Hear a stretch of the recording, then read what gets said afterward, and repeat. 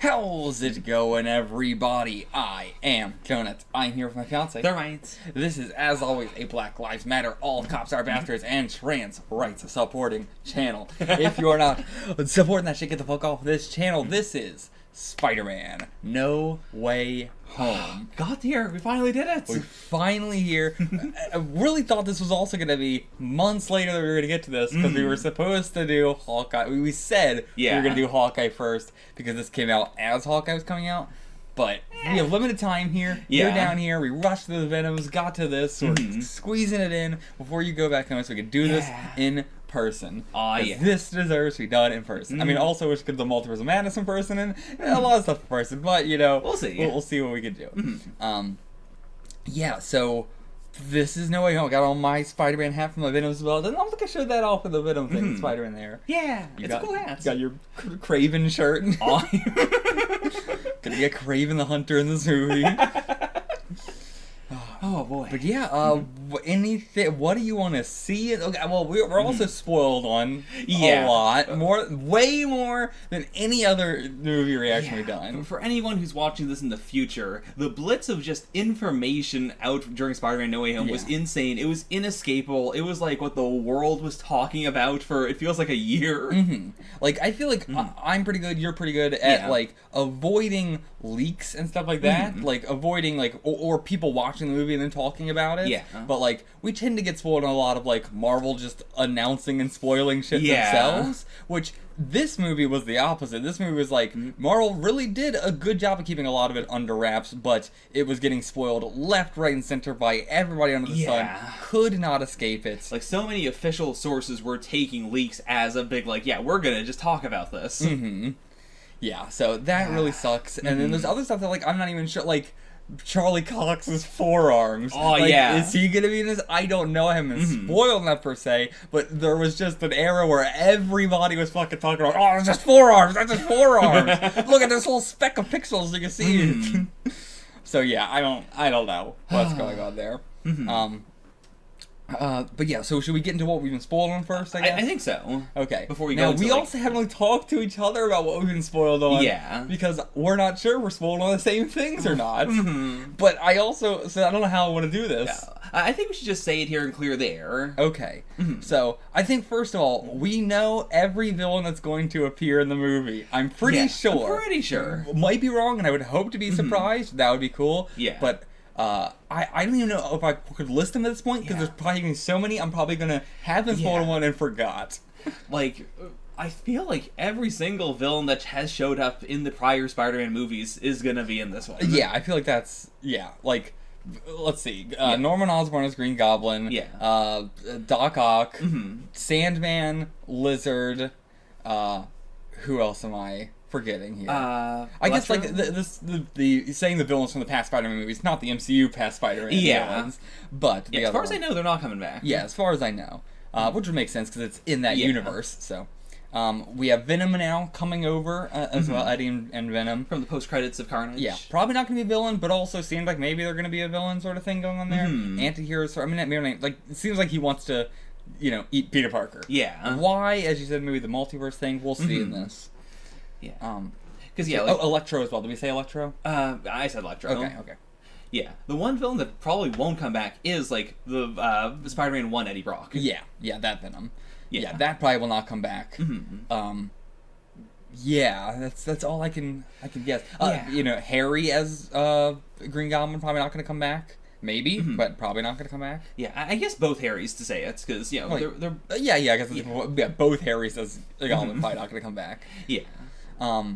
Yeah, interesting how they're going to do, like, how is Norman Osborn going to come back from the first one? Like, how is that going to happen? How are some of these people going to come back because they're dead?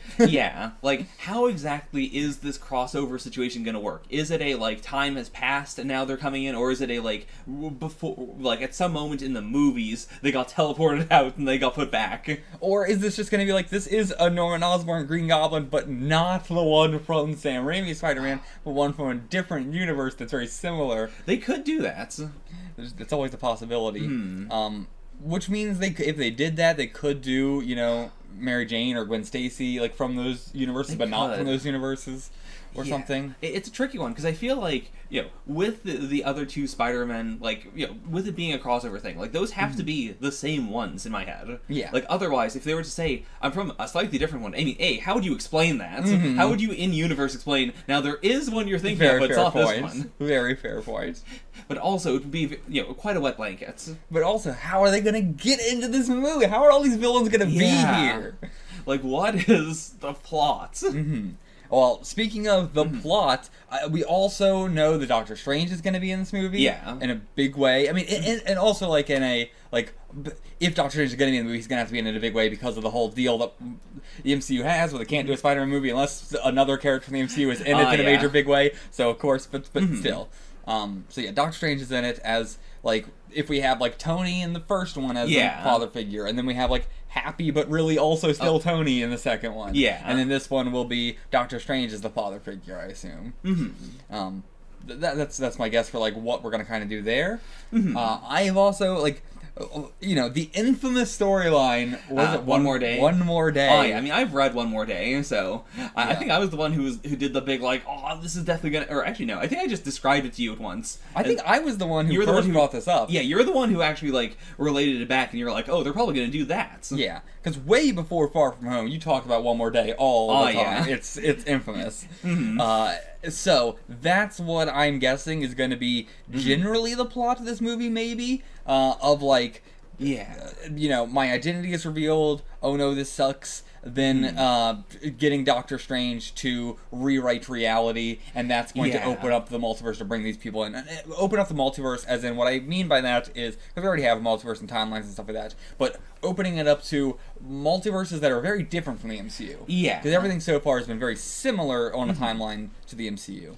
Yeah, whereas this would be because of something that happens in the far, far past, a Peter Parker is born in the 90s and grows up to be the Tobey Maguire Peter Parker. Yeah. Like, that level of divergence, as opposed to, like Captain Carter, which isn't that much of a divergence. Yeah, big divergence. That's really what I mean by opening up the bigger multiverse.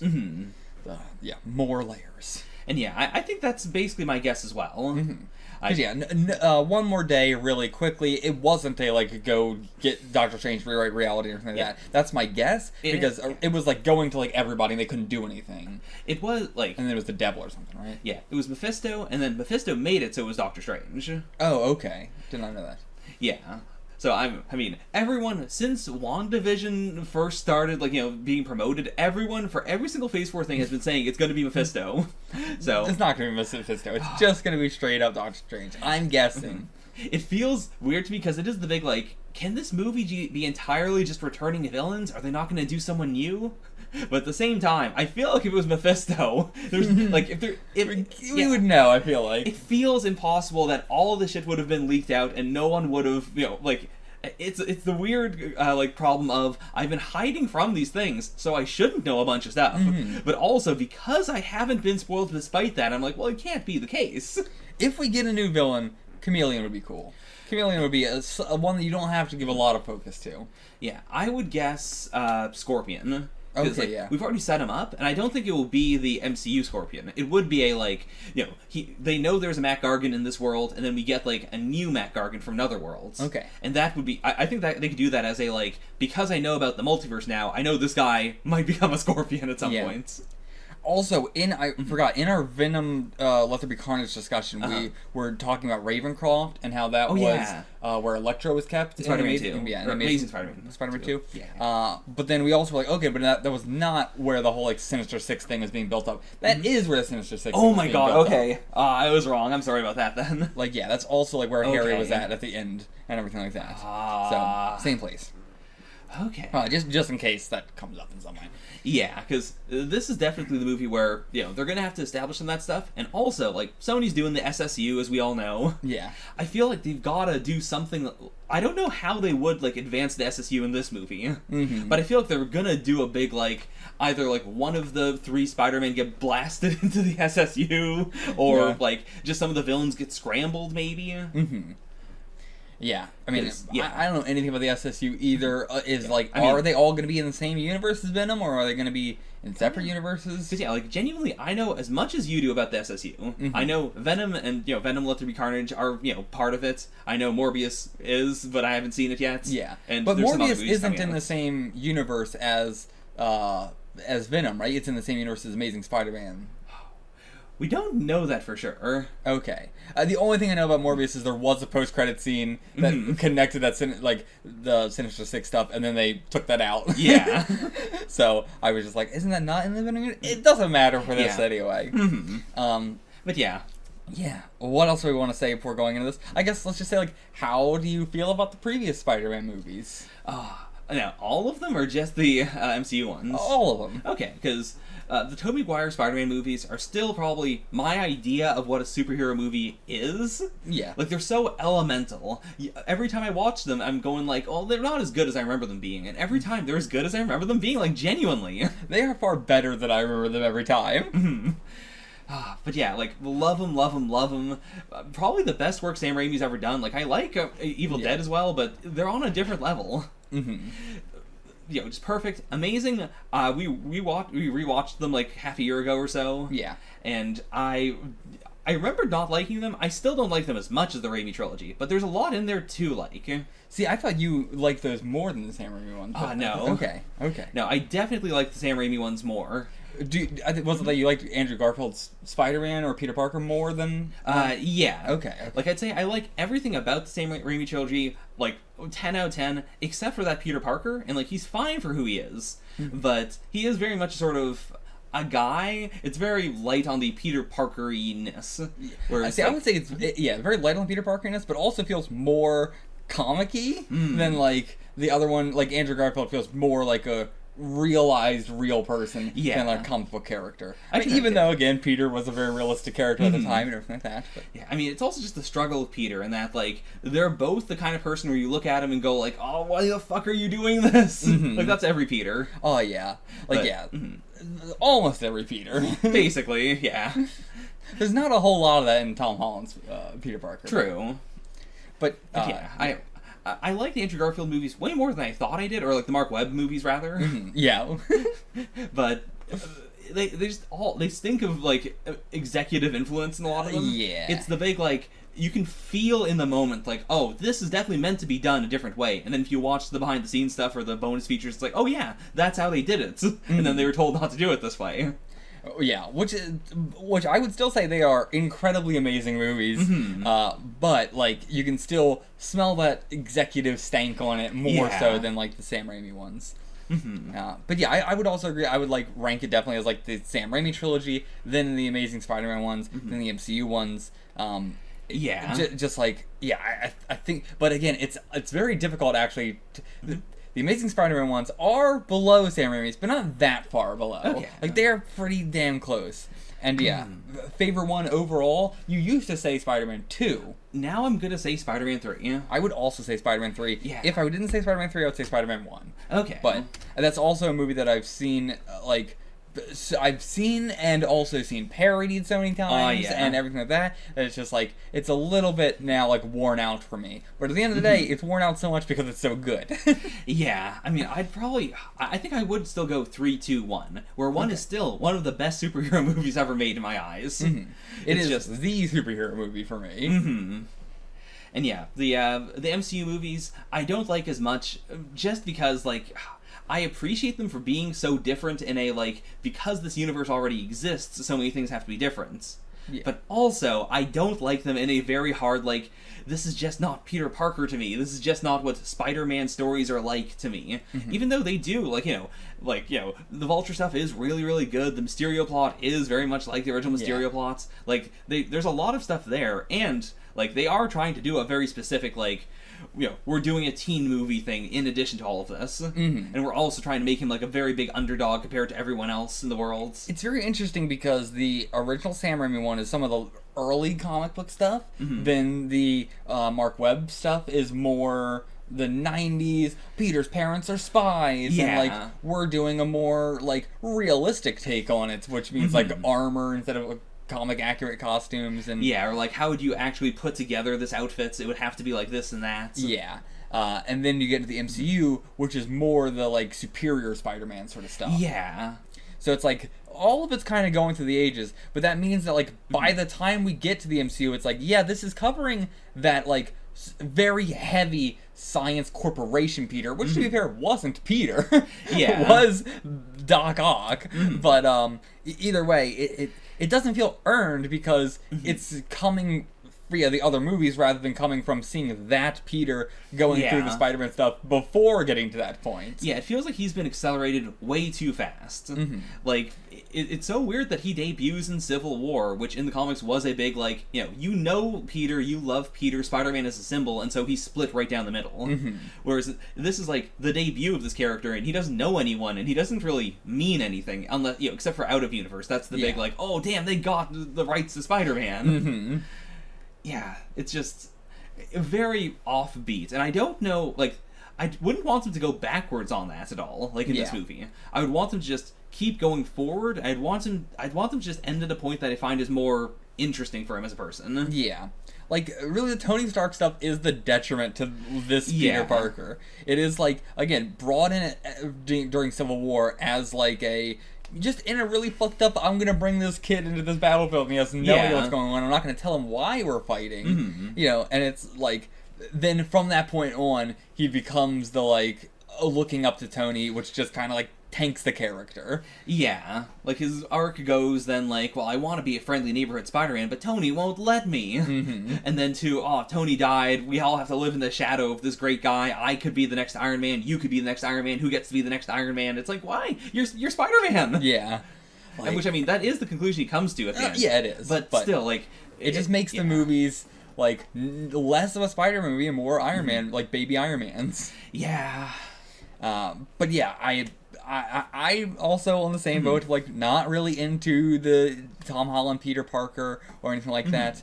It just, again, doesn't feel like Peter Parker to me in a way that, like, the Andrew Garfield doesn't feel like Peter Parker to me at all. Yeah. It feels so far from a version of Peter that I've ever seen. But I still like it a whole lot. This feels very far in a different direction. Yeah, I guess what I wanted to say with why I like Andrew Garfield is not the Peter Parker, but the Spider-Man. Yeah, he's very good Spider-Man. Yeah, he's very quippy, he's very, like, the coolness, it's really more like the coolness of Spider-Man bleeds into his Peter Parker.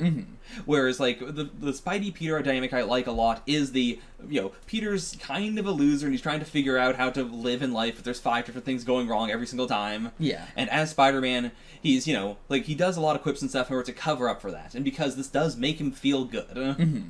And yeah, I, like, something I hear about the Andrew Garfield Peter Parker all the time is, like, he's too cool. But it's like, is he? Like, I think the only reason people say that is because he skateboards. Yeah. And people are, like, so used to cartoons and TV shows growing up, where the skateboarding kid is the kid that you like and is cool. Yeah. But in real life, that is, I can't, ever growing up, I've never met a skateboarder who was the cool kid. The skateboarders are always the losers and the cool kids that look down on them and stuff like that. Yeah, like, they play him as someone who skateboards because he doesn't have another vehicle. Yeah. Like, he clearly enjoys it, but it's also a very clear, like, he's still very scrappy, and when he puts together his technology, it's all, like, the cheapest shit possible, and he's, like, duct taping it together. And it goes into, him being Spider-Man. Like, again, it's like this realistic portrayal of this character of, like, someone who gets these powers and then suddenly becomes an adrenaline junkie, and, like, but, like, having somebody who is skateboards, is used to falling, is used to getting hurt, is also someone that, does high momentum, adrenaline-based stuff. Yeah, like, I really like the scene where, like, he's in the warehouse and he, like, swings on a chain first to kind of come up with the idea of web slinging. Yeah, it makes sense to me. Yeah. But yeah, I feel like we've talked enough about the beginning of this. Just really, really love, especially the Sam Raimi Spider-Mans. The Mark Webb Spider-Mans, love as well. It's more like a lot of love for Andrew Garfield's, Peter Parker Spider-Man, but the movies themselves, not as good. Still, I would say the movies are incredibly... The only part I really dislike about those movies is... like the Harry Osborn Green Goblin. Love the Harry Osborn stuff. Hate the Harry Osborn as Green Goblin stuff in Amazing Spider-Man. It just looks fucking awful. It is terrible. Yeah. But yeah, the Spider-Man 3 Venom stuff, like with the suit, still some of the best like black suit stuff I've ever fucking seen. Like, it's still so instantly iconic. It's again I don't know why people find him wearing the black suit to be cringy. Like, that is the entire point. I will never understand. Yeah, I will never understand. Yeah. I've never even. I know the term is like bully Maguire, and that has baffled me for my entire life. Like, what part of that is a bully, really? Yeah. Because it's more just like, I don't know. It's always weird to me. He's just being a jerk. I mean, I guess when he hits Mary Jane, but that's not a bully. That's abuse. Yeah. Like, yeah, I would not call that bully. It takes it down a level, like what it's supposed to actually be. But yeah. Are you excited for any like dynamics in this movie? Yeah. Now, this would be a huge stretch if they do it, but if we have Venom in this movie, I would be interested in a black suit Andrew Garfield, a black suit Tom Holland. I highly doubt we're going to do it, but I think that could be cool. That could be cool. Other than that, I just want them to, like, you know, share some experiences and do the whole, like, oh, you also had that? Oh, you didn't have that? Okay. Yeah, because I didn't think they fit really well into the, like, the dad Spider-Man, the cool older brother Spider-Man, and then the dorky younger brother Spider-Man. I don't know which is which. I don't know which is which, honestly. Just in order of age, I guess so, yeah. Yeah, I'd say, like, Toby, then Andrew, then Tom Holland. Yeah. It's weird because Toby doesn't look old. He never looks old. He looks eternally young. Yeah. But yeah, I also can't imagine him in a dad role at all. He's just... But yeah, I would be excited to hear, like, Toby and Tom's Peter Parkers talking about their Mary Janes and how, like, insanely different each of them are. I guess they both have, like, they're both very, like, self-absorbed, like, like a little bit asshole-ish, kind of like to other people sort of vibe, but in very, very different ways. Yeah. Like, extremely different ways. Very, like, Gen X versus millennial shittiness. Yeah, like, that's really funny. Yeah. And they both have it in a very, like, funny way. But yeah, so there is some similarity there. It's just in a very different execution kind of way. That's it. Let's actually get into this. This is a long pre-discussion, but of course there was going to be. Yeah. Okay. Here we go. Oh, I'm so excited. Let's go. If you want to get the full length, and you should get the fucking full length for this one, check out the Patreon below for $5 a month. I don't know how I'm going to squeeze this into a YouTube version. Oh, boy. Let's get going.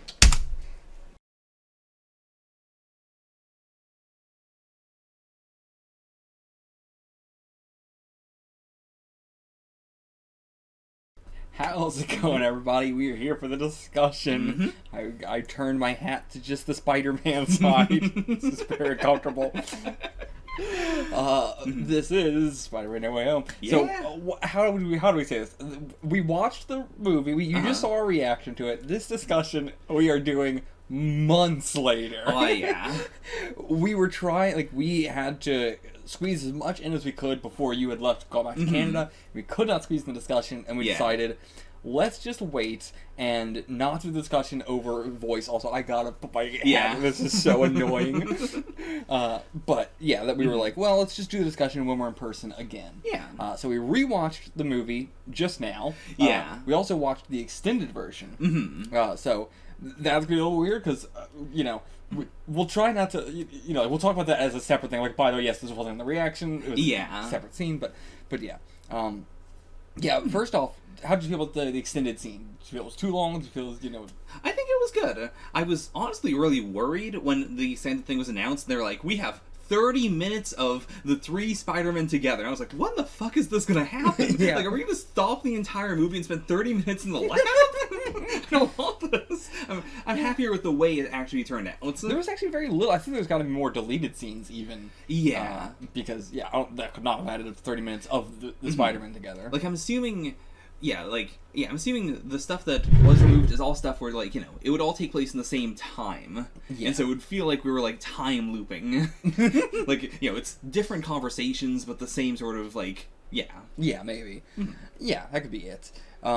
But yeah, I also enjoyed the extended. Honestly, I think the extended version was better than the original. You know, Yeah. Like I had very few things to say negatively about the movie, and even some of those were yeah fixed in the extended. I don't want to say fixed, but it's one of those things where I can understand why they were told to cut out those scenes, just in the sense of like they wanted to trim down the length of the movie. Oh yeah. And even then, like, the extended edition still feels much snappier and shorter than a lot of other movies I've seen. Yeah, I mean, and it's not, I'm looking at the runtime of the original, it's not that much longer. It's a couple minutes longer, like 5 minutes longer. But yeah, so, where do we start with this one? This is my favorite MCU Spider-Man movie. Same. Just straight up. Oh, yeah. Like, we've talked before, the other ones we were not really much of a fan of. There's a lot of aspects of them that we do like. Yeah. But, like, generally, we're not a huge fan of them. Yeah, it's, of the various MCU series, like, I have problems with all of them. There's things I like about all of them. The Spider-Man ones were the ones where I think I had the most specific things to say. The most, like, I'm not sure about this, I don't like this, why'd they do it like this? And, like, half of those complaints could be levied at Marvel, or like at the MCU, and the other half could be levied at like Sony. Yeah. Like a huge problem I have with the Marvel movies, with the Spider-Man movies in the MCU, is the need to have another person there. Yeah. Like with Spider-Man, like the mentor character. But that's a Sony, thing. Like Sony forces them to do that. They don't want to do that. Yeah, it is a hard like, well, it's going to be our movie, and you're giving us access to this, so we're going to play with as many toys as we can. But then there's other things that, we dislike that you could blame on the MCU, like the lack of web swinging at all in a Spider-Man movie. Yeah.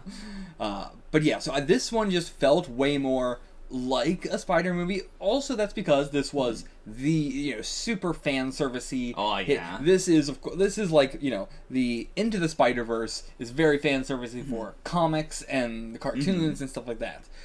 Versus this was very, like fan...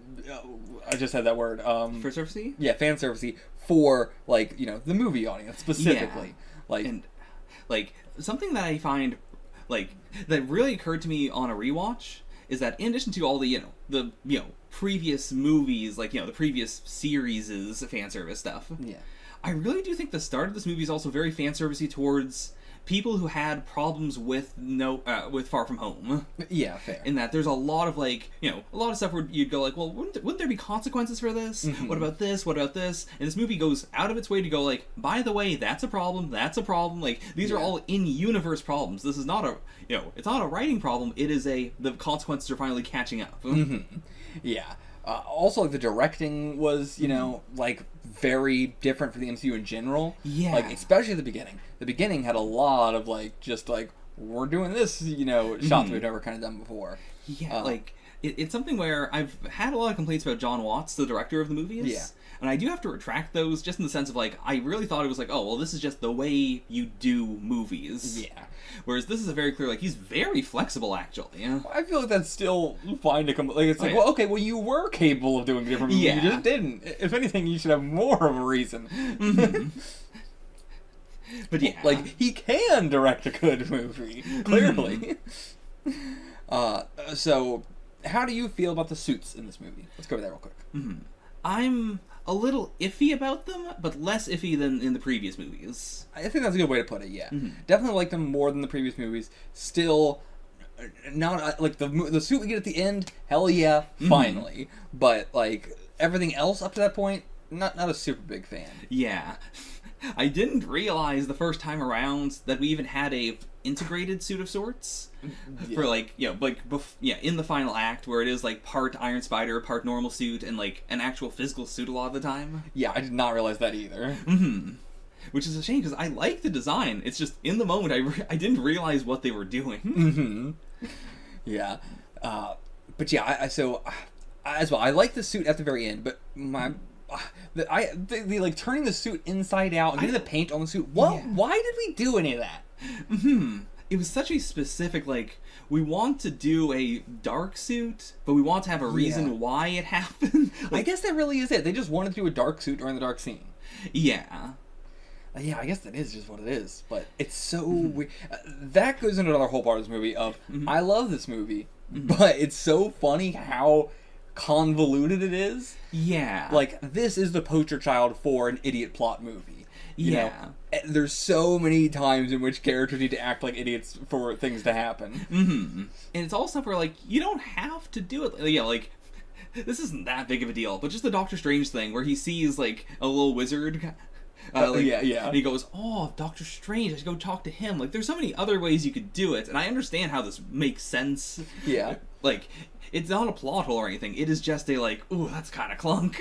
Yeah, like, I don't have an issue with it. And honestly, I find it very charming. Like, you know, I disagree with that a little bit. Like, I found that moment to be charming. Like, it is so forced, but it's also very fitting for this being a Halloween movie. So it's, like, very cheesy in how we're, like, going, like, transitioning from things to things. And I'm willing to give it a pass because it's straight up, like, a fan service movie. And they're not trying to make this, like, watchable for a random, you know, normie audience. Whenever they go full, you know, I was gonna say full hog, but that is definitely not a correct statement for that.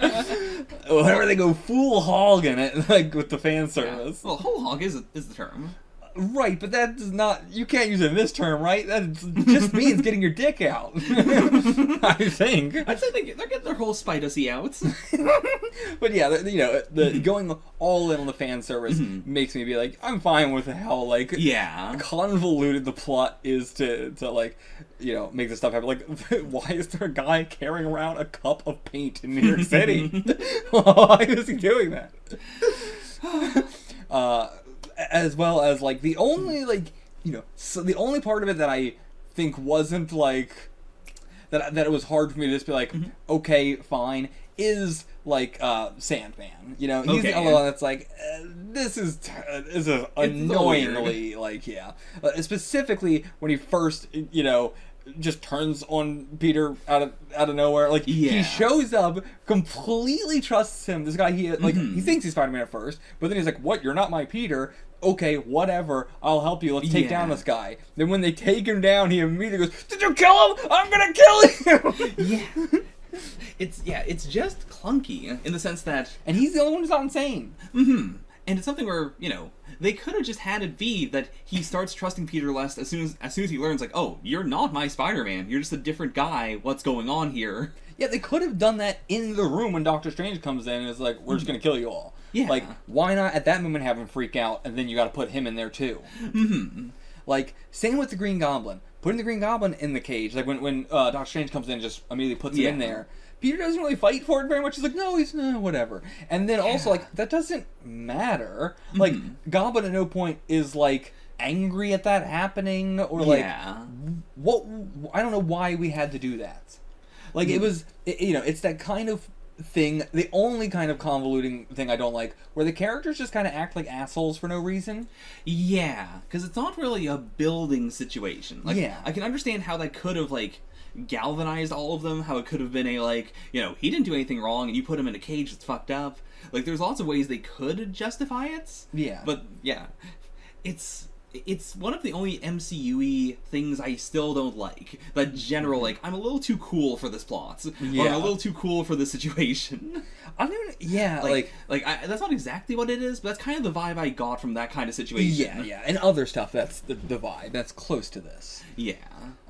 But yeah, like, the Sandman thing, again, it's weird too, because he gets angry that Peter killed Electro, and then starts to fight him, even though he was just trusting him, like, unabashedly, not knowing who the hell this guy is, and then instantly turns on him.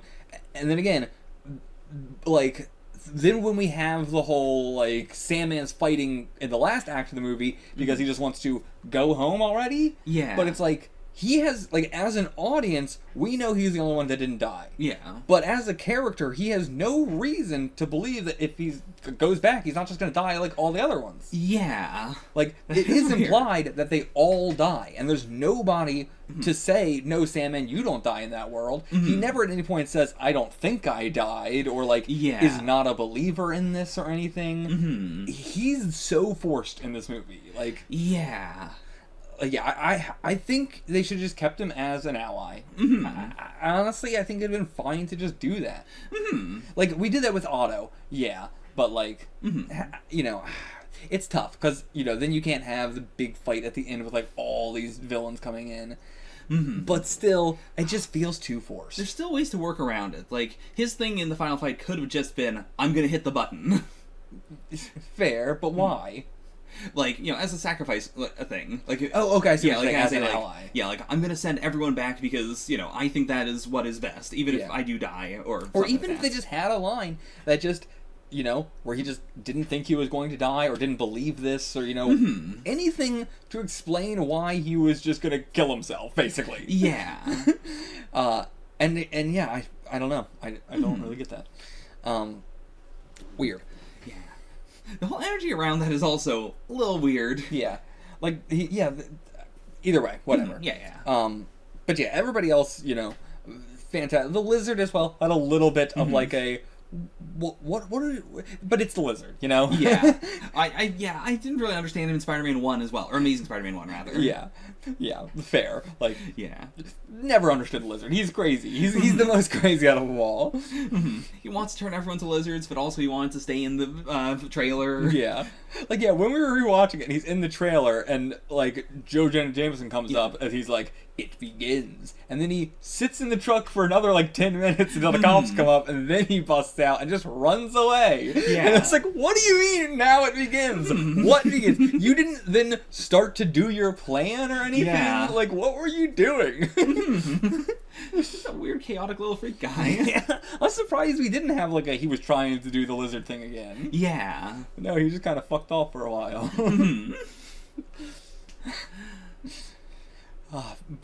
Okay, yes, but like, Green Goblin, fucking awesome, you know. Oh my god, I mean, William Dafoe, love him in general. Yeah, you love him the most, you take it away. Oh yeah.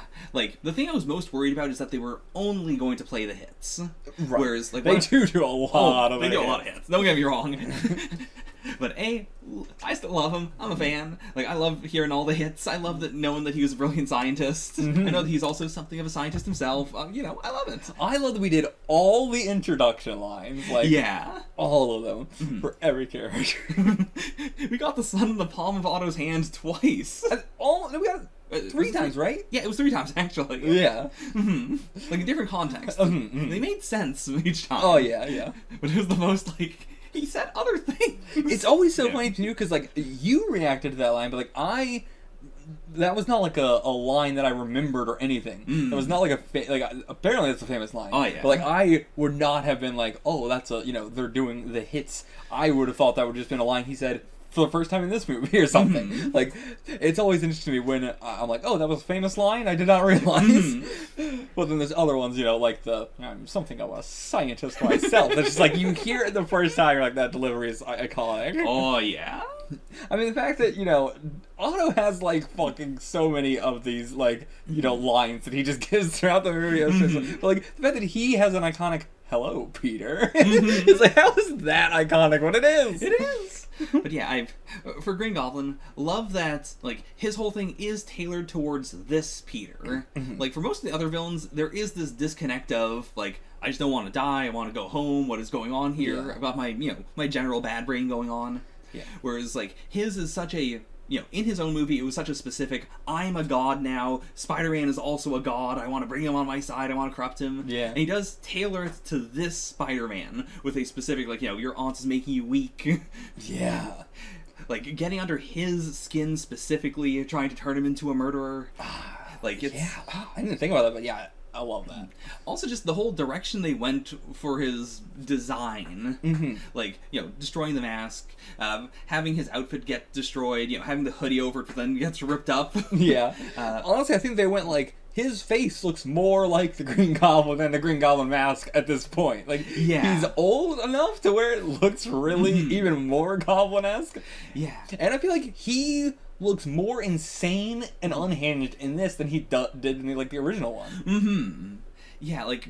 Yeah, Willem Dafoe's just such an insanely good actor that it's a crime to put him in the mask. Like, I still have a lot of nostalgia for the original mask. Yeah, absolutely. But I also do think it immediately takes away all the Power Rangers-y-ness of the design. That, and also, something I didn't realize until a second rewatch, is that, like, his outfit... I'm pretty sure what happens is he, like, takes stuff off the glider and puts it on himself. Okay. Because he's got the arm blade that he uses to, like, stab Toby. Yeah. He's got, like, these, like, bandoliers of sorts on. Like, his whole design... That makes sense. Okay, yeah. 'Cause I was wondering where that shit came from. Yeah. And, like, it is this progress of, when he comes into the world, he's, completely normal design. Then the glider's, like, a little scraped up.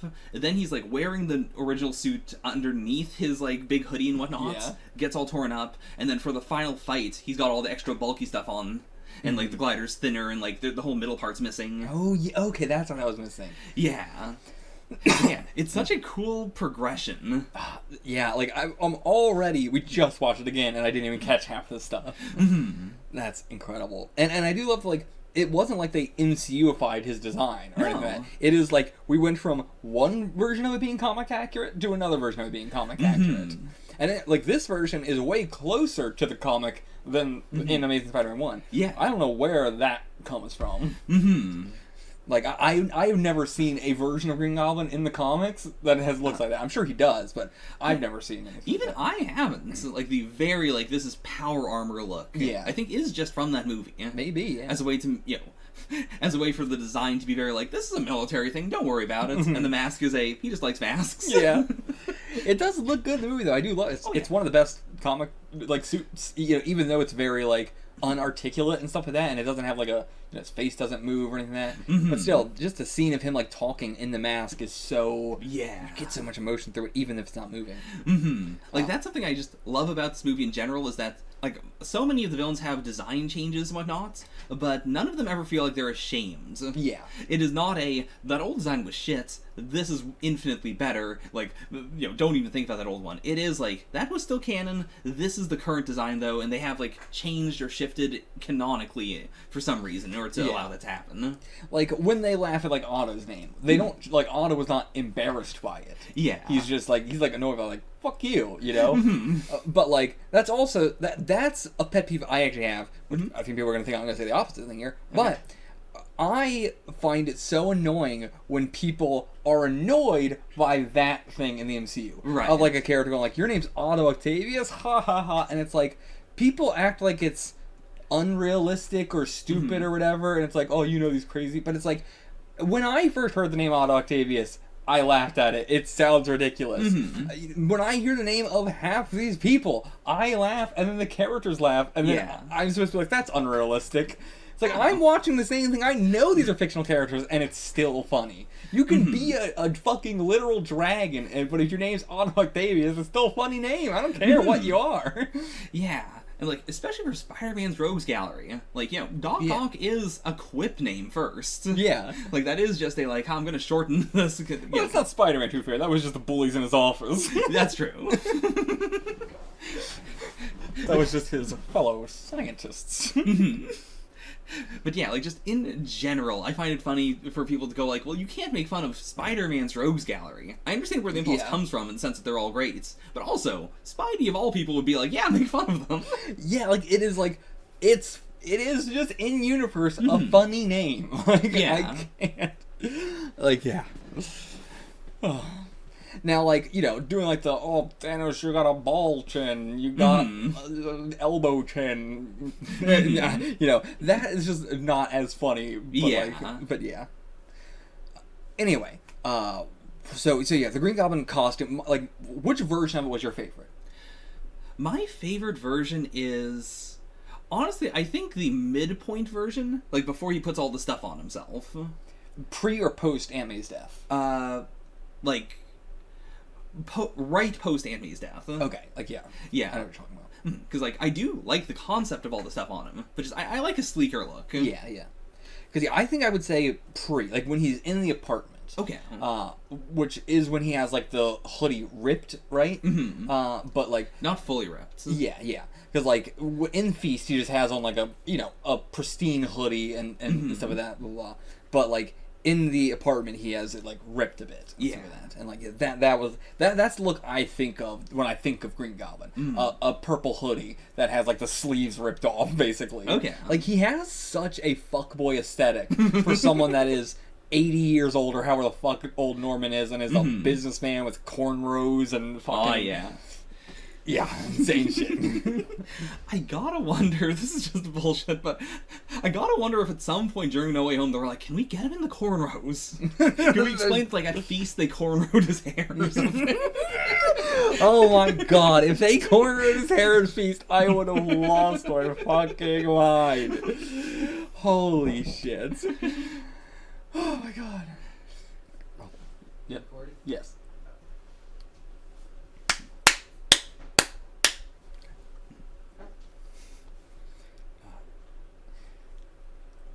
Now, the other design that we got was, like, Electro got, like, completely redesigned. Oh, yeah. And everything like that. And by completely redesigned, I mean Jamie Foxx. Oh, yeah. It was as if Jamie Foxx just went, I don't want to wear a costume or an outfit or put on makeup.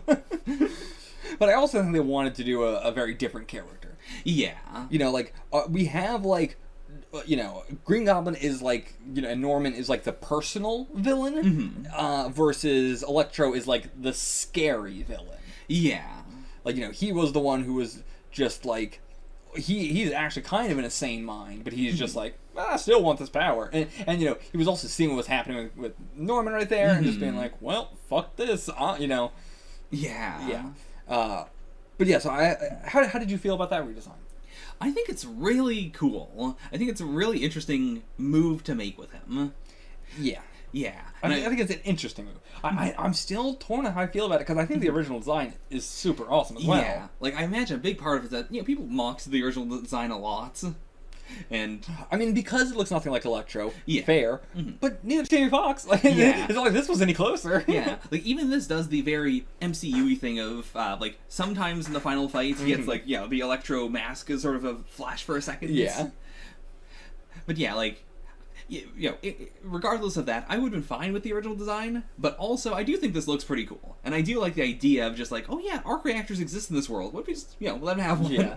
I do think he looks really cool, but I think my only issue with it is that it's like, it's so jarring of a switch. Yeah. Like, his personality switches on a dime. Like, he's acting like that before he even realizes that he is different. Yeah. It is the ultimate, like, the way that they kind of explain it is the energy is different, but it's like, that's a big difference. Energy changed everything about you, my dude. Whereas, like, if he looked like that, but then slowly went from how he acted in the original movie to, like, how he is in this movie, I think that would have been, you know, as well seeing the, like, not degradation, but, like, you know, the more, like, oh no, it's about to go wrong. I'm honestly really surprised they didn't have him, at the very least, like, be blue at the start and then, like, change to yellow. Yeah, or, like, have, like, the glasses and, like, take them off like he didn't need them anymore, or something. Or just zoom into his teeth coming together. But yeah, it sucks because I'm a little bit disappointed by it, and also, like, Jamie Foxx doesn't play many, you know, characters that are not just Jamie Foxx. Yeah. So, like, yeah, I'll always love ASM2 Electro for being such a stan guy, such an uncool guy. Like, it's an extremely strong character choice, and they, you know, just kind of vaguely reference it in this movie. Yeah. Yeah, very vaguely, compared to all the other characters. Especially considering this is the celebrity movie of all things. Like, in the sense of, it's all about Peter in this world, like, blowing up, everyone knows him, he's super popular, or not popular, but you know what I mean, like, infamous. Like, you know, it would have to be a whole thing they do, and I get why they wouldn't. But, oh yeah, totally understand. Yeah, but I didn't think that until right now. That is a whole direction they could have gone if they felt like it. Yeah, I mean, they could have made this movie 5 hours if they wanted to. Oh yeah, like, this could have been a trilogy. Yeah, that's actually a good point. This could have been a trilogy, and honestly, good on them for getting it in one movie and not like milking it out for 3. Yeah. Cause yeah, it absolutely could have been that, or it could have at least been like a double, you know. But yeah, I you know, it sounds like we're ragging on it a bit, but like those are very like minor. It's not even really complaints really. It's just like, it's interesting that, you know, they didn't do this, but you know, time and all that stuff. Like, you know, what's the deal with Flint Marco always being in sand? And like, you told me, go ahead. Yeah, like it came out that, you know, I forgot his name. But, you know, the actor just didn't do any, like, mocap or anything. It is, like, it's all CG, and then the one time we see, or the 2 times, I guess, that we see him in the movie as himself, that is footage from Spider-Man 3. Or, like, unused footage. They, like, reversed it for one of them. Yeah, for when he's, like, going back to being himself. And the other one's just going, that's it. But yeah, like that's like, did they not want to pay him? Was that him? You know, like what? The Lizard as well, like, you know, the Kurt, like, you know, that could have just been footage from ASM. I have no idea. Yeah, I also don't know either. But yeah, we see him so very briefly. He doesn't like say anything, you know. Like, yeah, that was, you know, like, it's the tough thing of, like, I always want more epilogue than anything will ever give me. And I understand why, because nobody wants to sit through the epilogue. But I do. I want more epilogue, you know. But, okay, so let me just get it out. The only true complaint I have for the movie, the only thing that I would say is a complaint, something I didn't like, is that Tobey Spider-Man does not really have any interaction with Green Goblin at all. And we were watching the extended movie, and I was like, okay, well, there's so much, you know, more, you know, in this now. Hopefully they'll have an interaction. But no, they don't get any interaction. Yeah. And that's so weird. Like, it's weird, and it's even weird, like, when he is in the same physical space as him, he doesn't utter a word. Yeah, like, I think that's what I want to clarify, is that they do literally, like, you know, he saves Green Goblin's life. Yeah. But, yeah, there's no, like, back and forth between them. It's almost like, and it's like, hey, just as looking, like, he never at any point really acknowledges Goblin. Now Norman does, like, look at him, you know, after he stabbed him, and be like, oh, what did I do? That, I'm a little bit happy with. But I wish there was any acknowledgement of Green Goblin's existence by Tobey, other than, I guess, the only time is just when he's like, you know, I'll you know, cure Green Goblin. We gotta cure them all, right? But like, that's it. Yeah, and like, you know, like Andrew Garfield's Spider-Man has interactions with both of his villains. Yeah. Like, and Ned brings up, like, oh, did you have a best friend? Yeah, he died in my arms. Yeah. You know, and it's like, that was Harry Osborn. Why are we not, like... Yeah, like, there's just so much meat there. And this isn't well, they didn't have time or anything. Like, they could have done something in that time they had without really changing that much. Yeah. Like, imagine if Norman, you know, was like, oh god, what have I done, blah, blah, blah, and then when he realizes he's fine, you know, saying something like, you know, if I do die, tell Harry I love him, you know, and like, we know, we couldn't do that, but like, you know, I would have just liked any amount of real interaction between the two of them, especially because, like you say, yeah, Andrew's Spider-Man gets interaction with his, so... And again, the only explanation I have is that they were like, oh, it's going to take away from Peter's final moment with Green Goblin. And it's like, no, it's not. Yeah. Like, yeah. So yeah, so we talked about all the villains. There's so much in this movie, I'm not sure. One, fucking hilarious. Oh, probably the most funny MCU movie, even funnier than Ant-Man, I would say. I would say so. Like, it's doing exactly what I want from an MCU movie in that it's not a comedy movie, but it is so full of gags that make sense and, like, you know, move things along. Also, like, especially the extended version, but the main movie's also like this. More skits than in the previous two. Yeah. Like, that's not necessarily a plus or a minus depending on whether you like skits or not, but, like, the Sam Raimi Spider-Man movies are so clearly like, here's the Spider-Man stuff, and now we're gonna stop and do a skit. We're gonna stop and do the Bruce Campbell skit specifically. Yeah. But yeah, I didn't think about that at all, but yeah, early Spider-Man movies had so many sketches, like skits, you know, we're gonna do a little skit real quick. Like, yeah, like, just here's a funny Spider-Man thing that you'll remember, like, just a little sequence there. And this movie does that way more often, and just way more in general, like, let's do this kind of thing, and this kind of thing, and this kind of thing. Yeah. Like, really try to explore, you know, in the time they have, in this, you know, scenario of everyone knows Peter Parker's Spider-Man, they really cover so many things. Especially, like, they also know, like, this is the last time we're gonna be able to do anything, really, probably, with Flash and Betty Brant. And so, like, in the original movie, you know, Betty's not really a character in the trilogy at all. No. But in this extended thing, they actually made her into a character that I would be able to remember a single thing about now. Aside from she did the school news. Yeah. But, like, now she has a personality, you know, a little bit more, and, you know, is more of a character. Yeah, like, that's all you really need, right? Yeah, as we're like, alright, and now we're done. No more her. I mean, I assume we're moving away from the school in general. But yeah, the extended version was hilarious with the amount of, like, additional scene. And, like, you know, some scenes just have, like, an additional line right at the end that I was like, oh, you know, I can see where they cut that out, but oh, it's so good. But yeah, highly recommend the extended version if you have not seen it. Yeah. Highly. The only part that I felt was, like, weird was having that, like, Betty Brant like interview section, like where we just cut to that, and we were on that for like what 6 minutes or so. Oh yeah, it was like 6 minutes straight. And like it wasn't, I loved it, but it was like I can't believe they did, like I can't believe this was at one point in it, and then they went like, okay, we should probably take out that part. Like who in the right mind thought this would be a good idea to put in the movie? It's so. We're doing a movie, now we're going to do a 6-minute skit. That's the most standalone skit. And then we're going to go back to it's like, that was the most clear, that's the deleted scene. And then it was even in the extended cut. I love it. I'm glad it was there, and I think it paced the movie even better. Yeah. But it's so wild that they chose that. Yeah, you talk about something else now. Sure. Yeah, we kind of already talked about all the consequences stuff, which I just...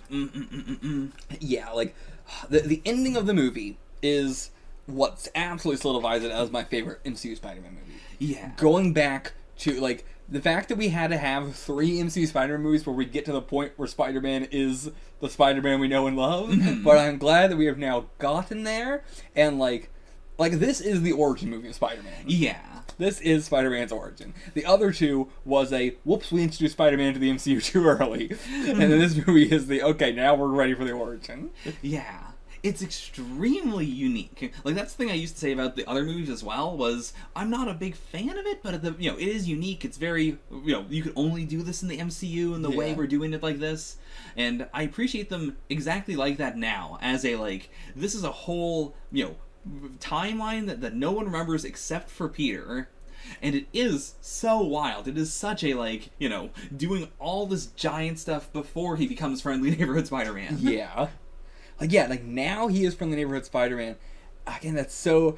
when they talk about in this movie, like, oh, what was the craziest, guy you fought? And, like, Peter does have the, I fought aliens in space and on Earth, and it's like, yeah.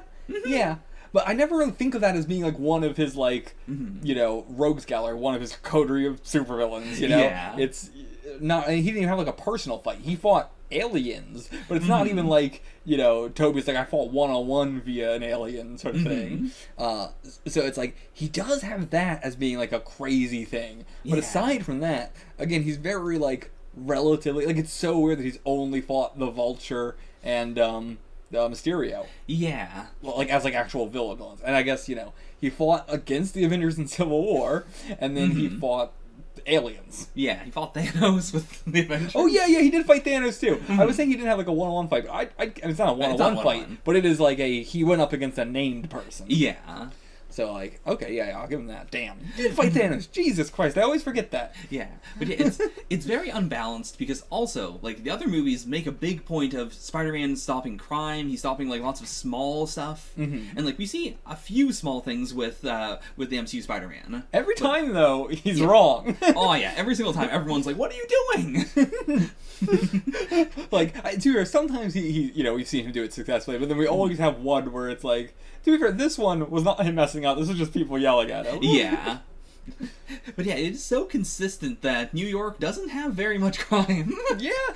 Like, to the point where Homecoming's whole thing was, there's no crime in New York, what am I supposed to do?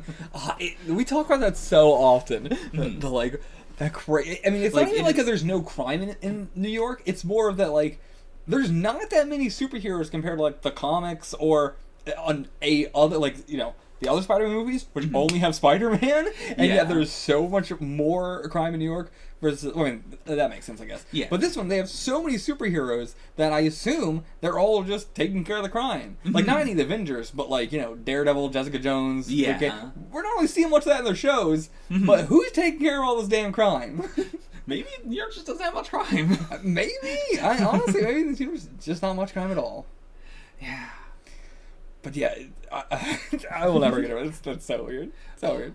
But I'm glad that he has the police radio now. Like, that's the police scanner thing. Oh, hell yeah. Yeah, it's so classic. And, like, he's worse off than most other Peter Parkers at this point because he doesn't have, like, a social security number. He doesn't have an identity. He doesn't have connections as well. Like, there's no way for him to really build himself. Like, he's got an apartment now. But How? I gotta imagine he, like, took out a loan or, like, he got a job. How would you take out a loan?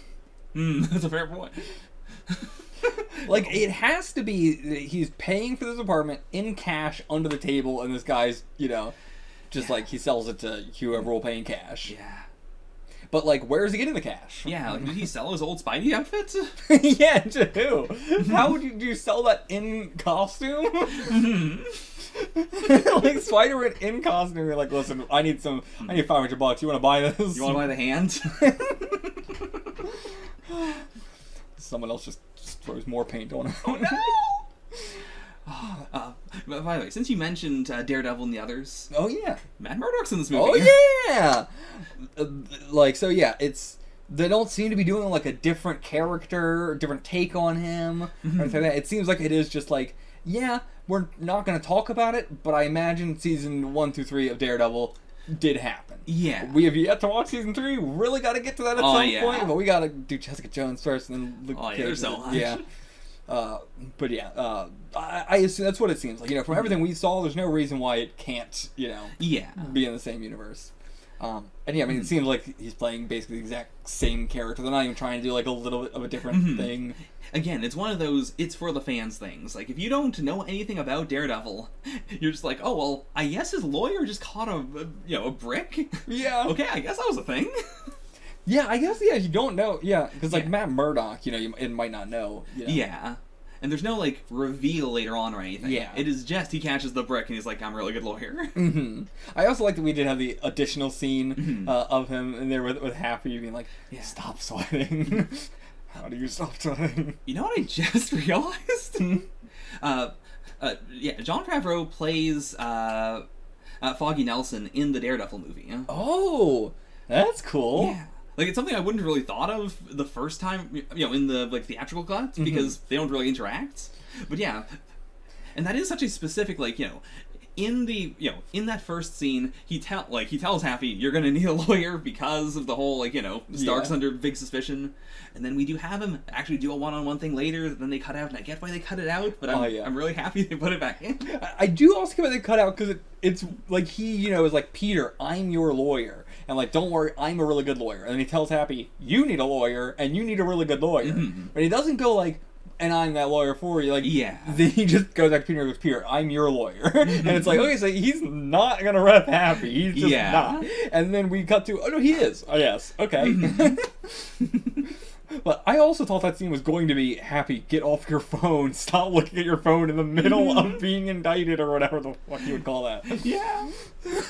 Also, speaking of lawyer shit, love Peter getting taken in and like a dumbass starts talking and his Aunt May, MJ, and Ned, all three say, get a lawyer. Yeah, I love the how that works as a character test for all of them as well. Yeah. Because, MJ, not talking, but she is a little shaken. May has been to protests before. She knows the deal.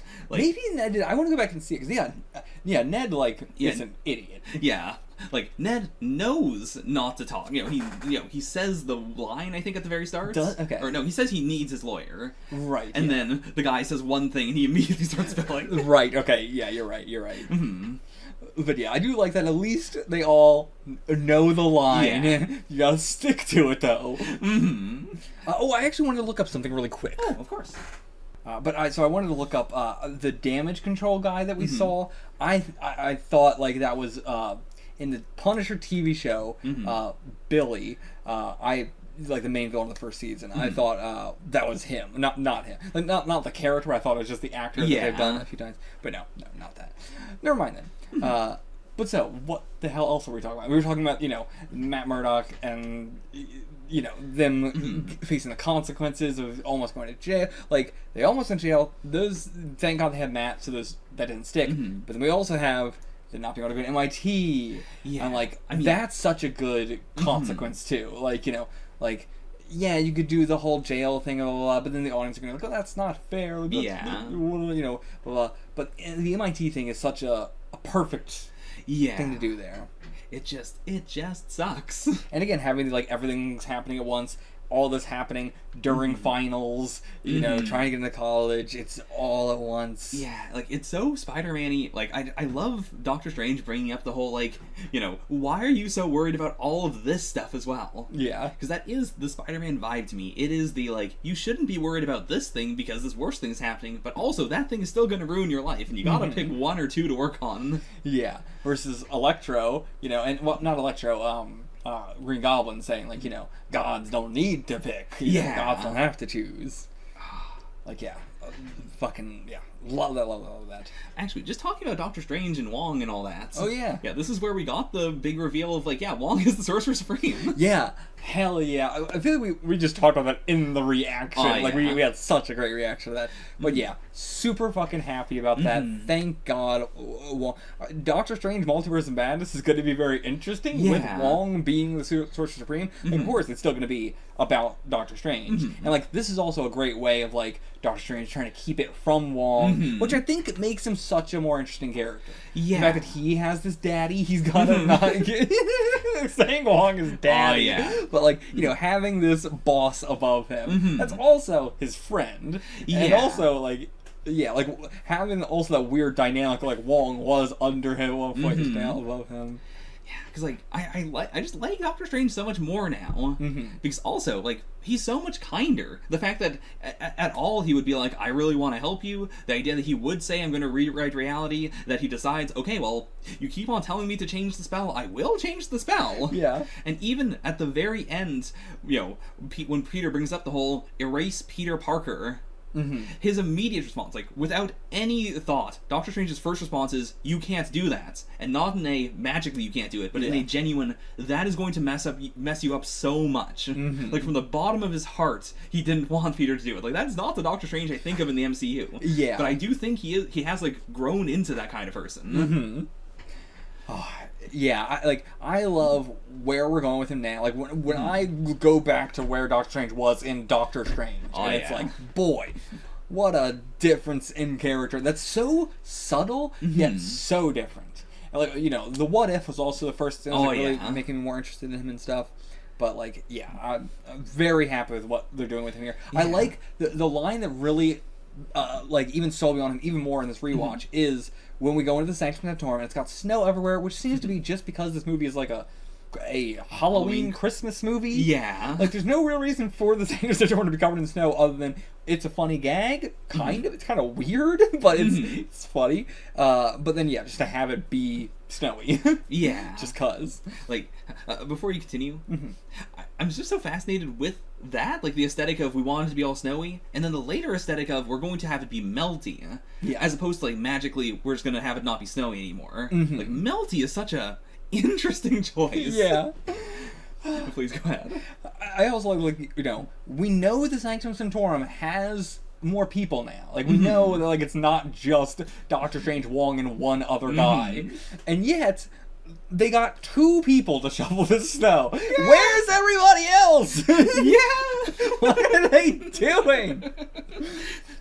And also, the line that I loved was when Doctor Strange comes down, or, like, I'm not sure what the order was, but Wong essentially says, like, you know, I'm working on it, you know, whatever. I got people shoveling. What do you want? And then Doctor Strange is like, oh, I would have, you know, he's gonna say, like, I would have, you know, have this taken care of already by now if I was the Sorcerer Supreme. But then Wong's like, you know, interrupts him by, like, if I were, or, like, if I did this, it, something blah, blah, blah. And then Wong's like, you would have burned the place down. Yeah. Which is this, like, Wong is like, yeah, shovel the snow out of here physically. If we try and do magic, it's probably gonna fuck more shit up. Let's just get the snow. If the snow is not a magic problem, let's not solve a non-magic problem with magic.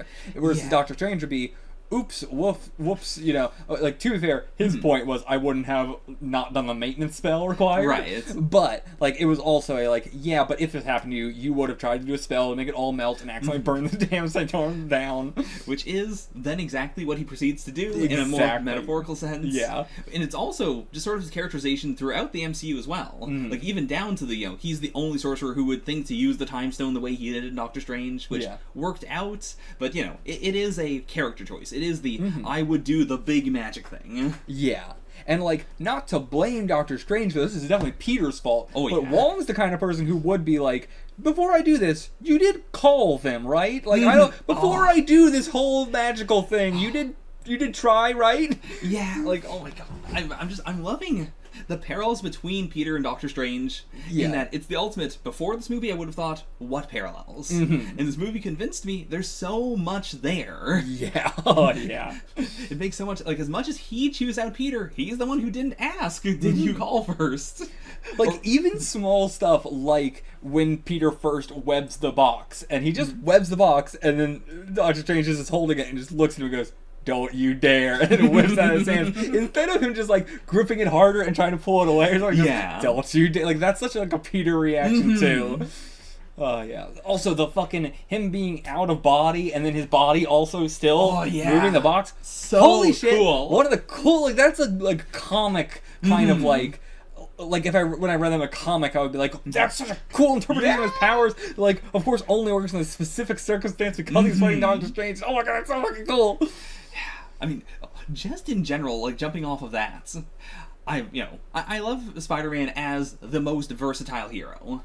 And I do think, like, him, like, that whole sequence of him fighting Doctor Strange, starting with that, is so cool just as a, like, you know, the magic man who can kind of do anything, versus the person who can't do anything, but is just so insanely flexible and smart and thinking on his toes at all times. I also think of Spider-Man as, like, a Superman type in so much of, like, he is almost like the chosen one. Yeah. Like, you know, the idea that he could do that is, like, if it was any other character, if it was Captain America, I'd be like, you know, what, like, you know, the super soldier serum makes his senses so great that he can even, like, do it off instinct or whatever. Like, I could see them saying it for certain other characters, but the only one I would buy it with is Spider-Man, because it feels like, of course, the universe would also, like, have this weird, like, the spider sense that works this way, too. Yeah. Like, he's allowed so much bullshit, like, weird technicality stuff with super sense, just because he's Spider-Man. I don't know what it is, but, like, you buy it so much easier. It also reminded me of something you brought up in your Endgame reaction. Oh, yeah? When the Ancient One bounces Bruce out of the Hulk's body, your immediate reaction was, oh, now that Bruce is not in there, the Hulk is just gonna punch her. Yeah.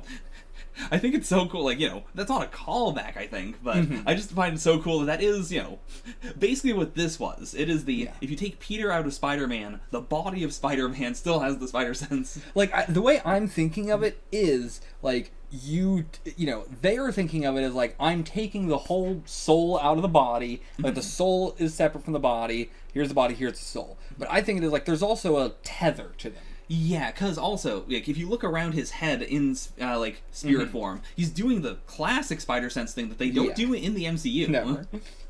I think, didn't they do it once? I think they did it in Far From Home once. Because, I think they did the lines once. Yeah. Might have been, I thought it was Civil War. Like, when he's first introduced and someone throws something when he's inside the airport. Maybe. But I could be wrong. Yeah. They're very inconsistent with the spider sense. Oh, yeah. Like, almost every time it's a different effect or a different thing. Yeah. But yeah, so I was very happy about that. Yeah, well, the whole Doctor Strange fight was fucking awesome. And for a movie that I thought was going to be, you know, Peter and Doctor Strange for a big portion of it, I'm glad Doctor Strange was webbed up in the mirror dimension for... That's also so weird. Oh, yeah. Okay, we gotta talk about that. Yes, so please. in the extended movie, the Statue of Liberty at the end has Captain America's shield. Yes. In the extended version, we see that Midtown High, at least Midtown High, maybe more, are doing a, like, design a new Statue of Liberty thing, which is, one, insane, but they're having kids redesign this thing. Two, is it all of New York doing this? Is it all of New York City doing this? That's huge. Like, this isn't even just Manhattan, because it's also Queens. Or it's just Midtown, which is in Queens. Not, why? What? It's not even in Manhattan. What? It's so weird. And also, so we see them making, like, showing them off on video. Yeah. Like, you know, for, like, the morning announcements or whatever. And then 12 hours later, it is built. Because Doctor Strange points out he's been in the mirror dimension for 12 hours. Yeah, which is even shorter. Like, there's maybe, like, an extra... I don't know why I'm saying that as a... There is maybe, like, 13 hours or 14 hours. Sure. Because it is, he gets trapped after that point. Yeah. But, like, barely, you know, like, same day. Absolutely same day. Oh, yeah. So, yeah. Wild. And then also having this, like, what was Peter doing for a month? Like, what, it was, they say a month, but it was, well, I guess it was after Halloween. This movie wasn't on Halloween. It was assumingly sometime in November. Yeah, because, MJ's boss tells her to take down all the Halloween stuff, and she hasn't been doing it, or, like, her, a coworker didn't do it. Yeah. Whatever. Yeah, November's would also, be finals time and all that shit anyway. So, so, like, why waited a month? What do you think he was fucking doing? Because he was, like, going to reintroduce himself to MJ and stuff like that. Yeah. So, like, why wait a month? Because, like, there's no real reason why they needed to do that. We didn't, like, end on a Christmas note or anything. No. So, yeah. It just, interesting. Yeah. I guess, like, in the next movie or wherever we see him next, they can use that to justify, like, like, how he got the apartment and all that. Yeah, fair. It's the, like, in that time, he was doing this and this and this. But to be fair, we also see the apartment after that scene. Why not do a month skip after that? Fair. Also, like, I did not think that MJ got that hurt on her head, but apparently she must have, because it was like a month later and she still had a bandage on it. So actually I can see, like, in that moment I was like, yes, she's hurt, and I can see why that's why he's like, I don't want to do this. But now I'm actually like, well, it is a month later and she's still healing from it. So I can actually understand that more. Yeah, and like in the moment as well, like even on a rewatch, I was so shaken because it parallels the May thing, in which she also acted like she wasn't hurt at first because she was in shock, she couldn't feel it, and then she died. That's true. That was a great death scene as well. Oh my god, it shook me so much because it does so many little things that feel realistic and feel like not a lot of other things have overplayed it. Yeah. It is the most, like, I don't want her to die. She's not really gonna die, though, right? No. Oh, God. Yeah. But, like, I'm glad they did not try and, like, redo a, like, Ben's death meaning a lot to, this Peter or anything. Like, it would have been hard to sell it at this point. So I do think having it be Aunt May instead is, a good way to do that. Yeah. And I do like the way that they also, like, with Andrew Garfield's Spider-Man, like when the three Spider-Men meet, they do the like for Tobey Spider-Man, it is still his Uncle Ben. Yeah. Then for Andrew's, it is losing Gwen, and so it creates this feeling of they all have someone different that meant the most to them that they lost, that really hurts them, that changed who they are. Even though it is definitely not true. Like both Andrew and Tobey have been, Andrew has Gwen, Tobey has Harry. Oh yeah. I guess. Well, I mean, Andrew was not that upset about about Harry dying. No. That one was not much of a sad death. Yeah.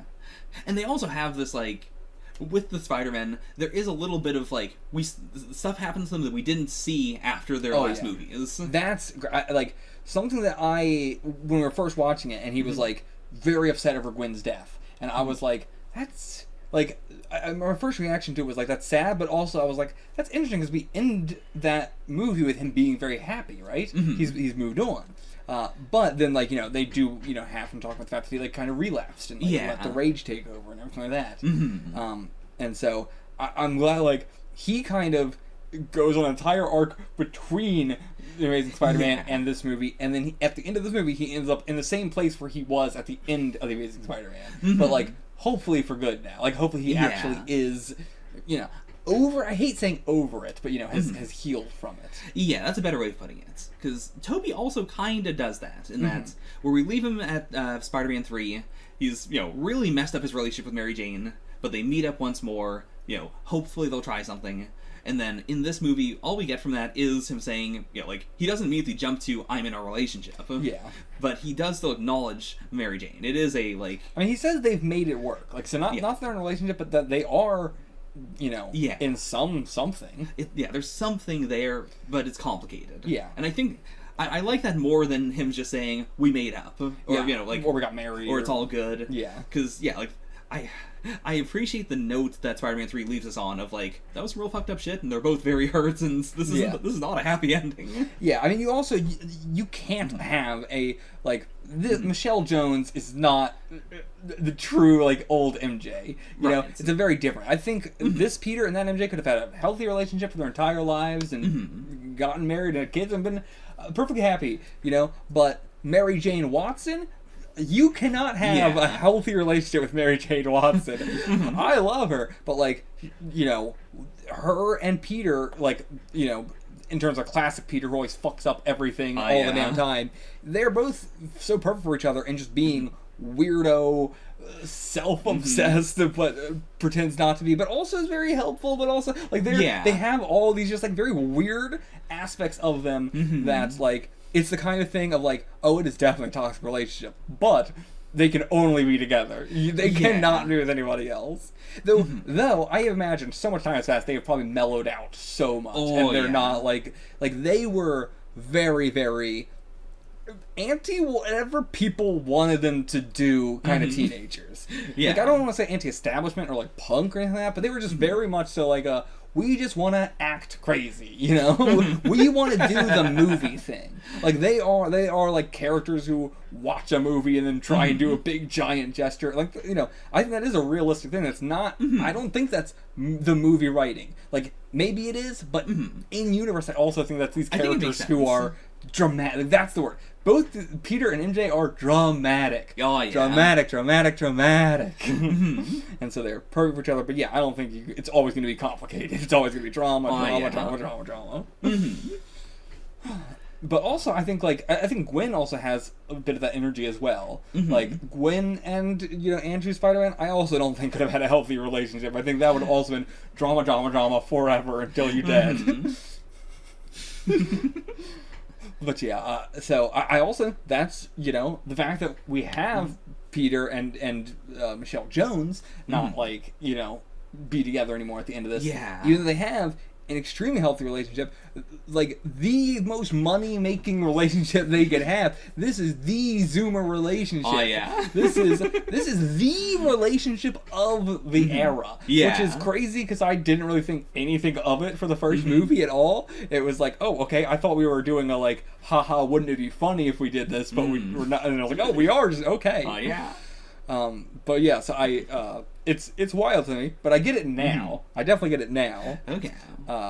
And they both just have the perfect archetype of boy-girl Zoomer. Like, yeah. I get it. I get why it's so loved by Gen Z. I gotcha. Yeah, same. But yeah, so it's wild that they were like, no, we're gonna, you know, split them up. Yeah. You know? Because, yeah, that's a huge decision for them to make. It's a big one. It's crazy. Okay, yeah. Anything else you wanted to bring up? Where do we go from here? I'm not. There's plenty more, but where do we go from here? I just love the movie for also how do I put it? It's the most fanficky thing in the world of, what if we just fixed all the villains? Yes. Like, let's acknowledge that all the villains are, you know, hurt people who have the bad brain, who are not inherently evil in any sense. And then, what if, you know, using the technology of the MCU, like, acknowledging just how insanely advanced the MCU is, like, all the stuff that's been built up, and then on top of that, they're like, well, we could just fix all of them, and hey, why don't we? Even if that's way harder to do, if you have the power to do it, you also have the responsibility to go out of your way, even if it hurts, to try and fix all of them. Yeah. And honestly, it's probably better in the long run, because then you don't gotta fight them again and again and again. I mean, to be fair, in the movies, it's usually not that case. You kill them immediately and they're dead forever. But, well, I guess not. Yeah, like, oh god, I'm so curious, like, if we were to get sequels to the, you know, the previous series, but sequels that are modified because none of the villains died, like, what does that look like? Yeah, like, is this just going to be, you know, like, Norman is teleported back and he's sane now, but then he dies immediately. Like, when was he teleported? Because he was choking Spider-Man. So, like, or no, Dr. Ock said he was choking Spider-Man. I don't think Norman said. No, he didn't say that. Yeah. So yeah, and none of them remember dying. Yeah. Like, it's all like right before that happens. Electro is the only one who was like, and then I was right about to die. Yeah. Like, he was the one who understood, like, oh, I was about to die. Yeah. Yeah. And it is a situation where, like, it's not that the Spider-Man are also being teleported back to those moments with this knowledge. It is, like, their past selves are going to be the same. Like, you know, like, Andrew Garfield's Spider-Man has no reason to go, like, oh, Electro has been redeemed in pure energy form, and now I can stop doing whatever I'm doing and he'll just reform and be cool. Yeah. But also, like... Well, no, he doesn't have powers now, actually. Yeah, he wouldn't be in pure form. Yeah, so it would just be Electro died, and now he's just there, and he looks really cool now. Yeah, like, would it be... Is it still, like, and then Norman dies, and then another Norman steps out and goes, hey, Peter? I think that has to be it. Because their bodies are different, so it's not That's true. Yeah, it's not an instant swap or anything. Well, what do you mean their bodies are different? Their bodies aren't different. Only Electro. Because he was pure energy, then we took that away, which gave him a body again somehow. Right. I guess it just depends on, like, did they physically disappear? I guess they must have physically disappeared now. Yeah. Yeah. So it would be like, you know, like, Peter's being choked out by Green Goblin, Spider-Man 1, and then Goblin disappears, and then he reappears in different armor, looking like he came from the post-apocalypse. He's like, listen, I'm cool now. Yeah, we don't know how they came here, so they could have just been like, in a second, they're just here. So, like, in their own world, it could just be, you know, no different. Like, the way time would work, it would be like, as if time's standing still while this entire movie happens, and then when they go back, time resumes, essentially. Yeah. So, I think it'd be okay. It's just they would all have to go like, listen, I'm cool. Well, yeah. But also, like, how would, like, Norman would be like, let's say, you know, Norman going like, oh, no, I'm cool. But also, why would he have the knowledge to even say that? Because he doesn't know that that's Peter Parker anymore. Well, so what? But he would know it's Spider-Man. But would he know that Spider-Man helped him? I think it was so. Peter that was helping him? I think...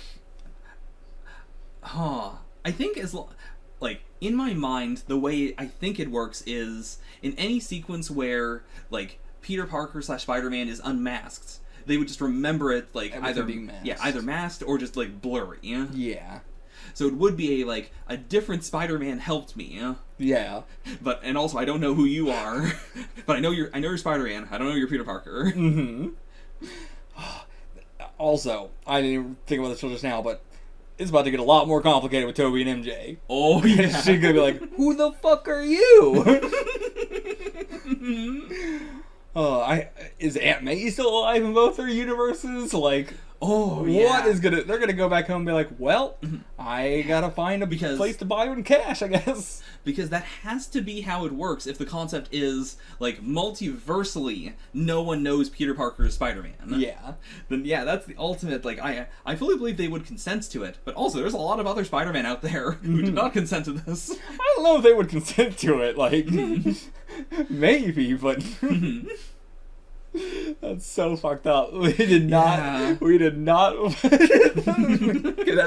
mean, maybe it is like they don't know this Peter Parker is this Spider-Man. That's not how it was said, but maybe. Yeah. I think that's the version that makes... That's also like, why aren't the comics like that now then? You know? Yeah. I mean, multiversal stuff, I always think of it as being...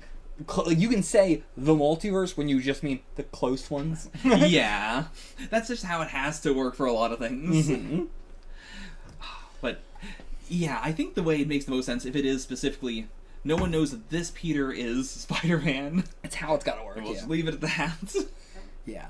Like, you know, there's so many interesting things that I think they could touch on, and, like, Happy, you know? He knows Aunt May through her connection to Spider-Man. Yeah. What is her connection to Spider-Man? Like in that way. Like, for the public, you know, it would be like, well, Aunt May had a connection to Spider-Man with Feast and stuff like that. Right. But, like, Happy wasn't just, like, you know, like, how... I'm just so curious how they were in a relationship and stuff like that. Yeah, and, like, because we specifically highlight that as a thing at her grave, it is something you should be thinking about. There is an answer to it, but it's not an easy answer. And, like, you know, people forget that Peter Parker is Spider-Man, but that also means people forget about Peter Parker in general. Like,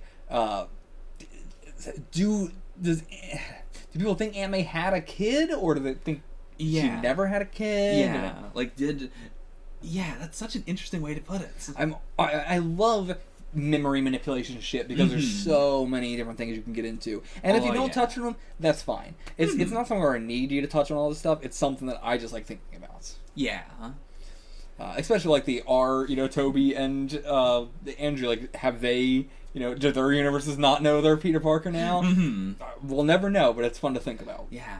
Do they know? Like, did they team up with just a Spider-Man from another dimension? Yeah. Or do they even know that guy is Peter Parker? Oh, man. If Peter still used the AI, like Friday... Yeah. Would that... Oh, my God. I mean, it doesn't seem like he's using the glasses that allow him to kill anyone at any moment on the planet, but now I don't think he'd be able to. You're right, yeah, he would. Yeah. Why not? Yeah, what if he's like, he did all that, and then he was like, alright, time to go home. Oh, fuck, I can't get my phone anymore. My fingerprint scan doesn't work, or my face scan doesn't work. Oh, it's so annoying. Like, God damn it! I didn't think about this. Can you do one more spell, Doctor Strange? Doctor Strange, help!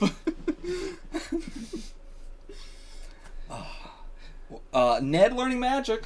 Oh, yeah. Well, not learning magic, more having the inherent magic in him. Yeah. Because also, how does that work in the sense of, like, what is his relationship to Spider-Man in this situation? What is his relation? Oh, like, I see what you're saying. Yeah, like, Spider-Man still exists. He, he doesn't have a friend relationship, presumably, because Peter Parker doesn't exist. So, did he even, like, obviously, he still has an aptitude for magic. But is he just going to rediscover that in a different way? Or did all of this kind of happen in his memory, and so he still knows, like, by the way, I can do magic now? Yeah. Like, Doctor Strange would probably still remember. No, because Doctor Strange is the one who says, no. No, like, I'm saying he would probably remember that Ned, because, like... Yeah, because he specifically brings it up. And that doesn't really have any connection to Spider-Man. Yeah. That is just they met. But then why is, like, Doctor Strange in his room, like, why do I have a memory of some fat high school kid who could do magic at the Statue of Liberty? Like, that's such a weird, specific memory to have. Why was he there? Why was I there? What was I doing? How does that also happen? Like, after he does a spell, does he just go, like, what the fuck am I doing at the Statue of Liberty? Did I destroy this? Oops. Yeah, like, how much has changed? Is it just that they were all there and Spider-Man was fighting a bunch of multiversal people? Yeah. Because, like, that could also, like, the least amount of change would be that happened and just no one knows who Spider-Man is, and Doctor Strange is just generally like, well, I guess I did send a bunch of people out of the multiverse, but I don't know exactly how I did it. Yeah. Yeah, he probably just like, I probably got drunk again, did some bad shit. Wong's gonna come spank him. Oh, no! I do love that all of this happens without Wong knowing.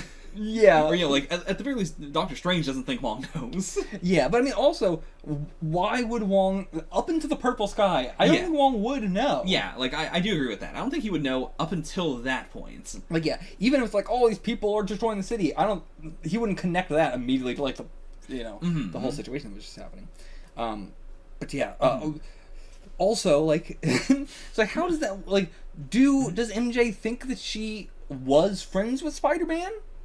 But just not Peter, but, like, Spider-Man? Does Ned think I was the guy in the chair for Spider-Man? Yeah. Or is that, like, is it the more maximalist take of anything involving Spider-Man in their lives wouldn't have happened because Peter wasn't in their lives? Yeah, just, like, blanket. No, like, Flashpoint. The book's probably still out, right? But it's just him saying, I know someone is Spider-Man.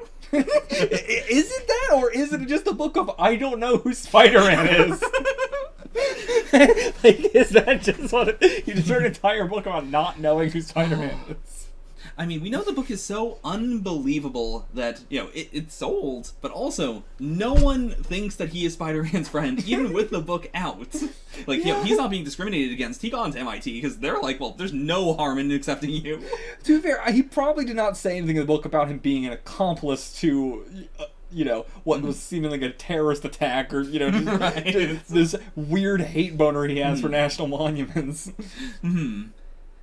It is wild that he gave the admissions person a copy of his book, and she was reading it.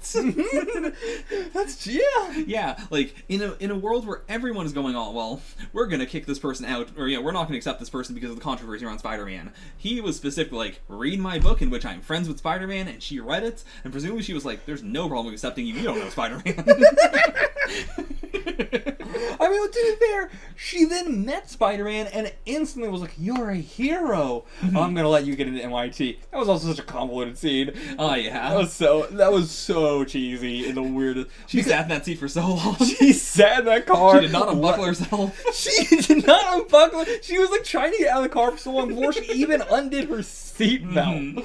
And she doesn't crawl, like, the door's, like, jammed against the side, she can't get out, and the door's locked, but she at no point crawls to the front seat, which the other guy just got out of. And again, like, Peter shows up. Then at the same time Peter shows up, two people show up going, "Peter Parker, I'm gonna kill you." And then she goes, "You're a hero, you saved my life," which is true, yes. But it's wild that she doesn't go like, you know, "You caused this." Like, that's the classic reaction. Or even just, MIT would be in danger if you came here. Yeah! Like, that's the big one.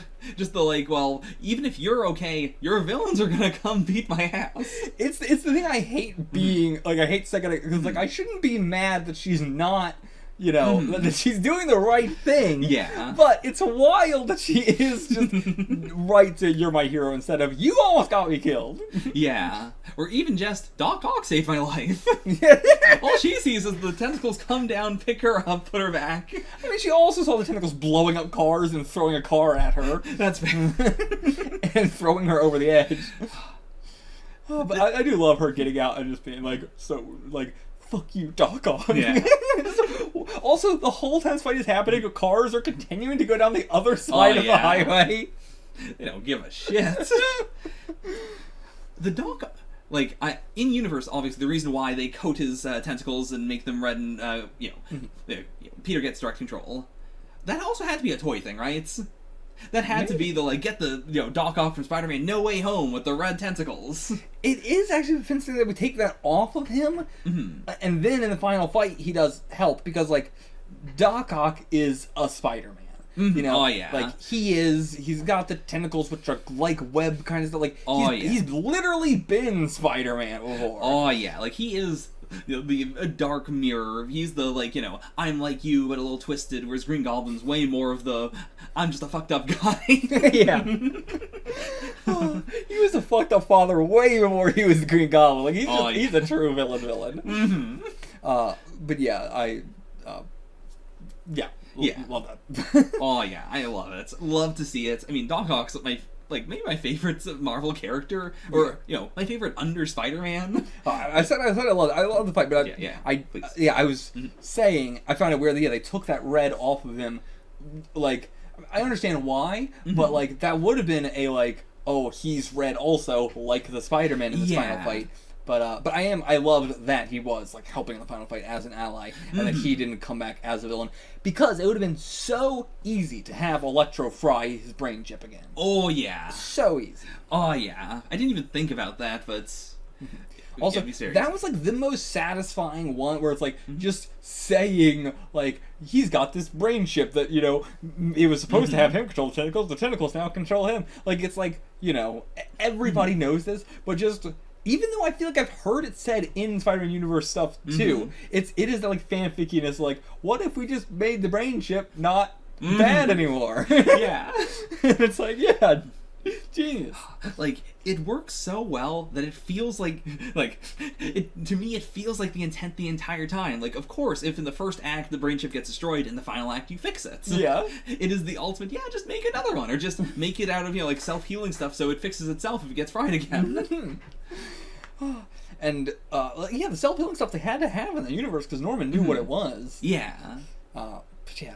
Also, the Norman thing, I fully thought it was like the good Norman that we're seeing was like a ploy, and that wasn't actually real. And like even in the alley, like it was all like a like I thought this was all a staged thing. When like May hits him with the juice, and it doesn't work. Like and like even later, you know, it just didn't work. You know, and it's like that's the only one that doesn't work. Yeah. And so I thought like you know, the real reason is just that's the only one that didn't work. That's as simple as it is. But like at the time, I was like, oh, that means that like, you know, it didn't work because they were trying to reduce it down to, you know, take that personality out. But it is only one personality. Yeah, my thought was like a couple of other series have done it with other people like that, where it's like, oh, you killed the wrong personality. Yeah, I could see. But the fact that he said it didn't work is, but yeah, like to be fair, when he said it didn't work, I'm also like waiting for like, oh, you say that, but it's like no, okay, yeah. And then we do see good Goblin, so good Goblin, good Norman. Good-ish Norman, as good as Norman's ever gonna get. Oh yeah, he is such like a puppy dog in this movie. Oh, I can't say enough good about Willem Dafoe. Oh yeah, it is like he plays both sides so well. He's more evil here, and he's more innocent. Way more. He is not innocent here. No, he was at the very least an arms dealer who did, you know, kind of want to murder everyone. Yeah, like this is so fun. The movie really makes Green Goblin to be like, oh, this is the most innocent one, and we need to save him the most. Even though he has this other dark side that killed Aunt May, he's the nice one, and he's so innocent. It's like, he's not. No, he's not in this movie, and I feel bad for him in this movie. Oh, yeah. That's because you made him into a puppy who's just putting donuts in his pocket.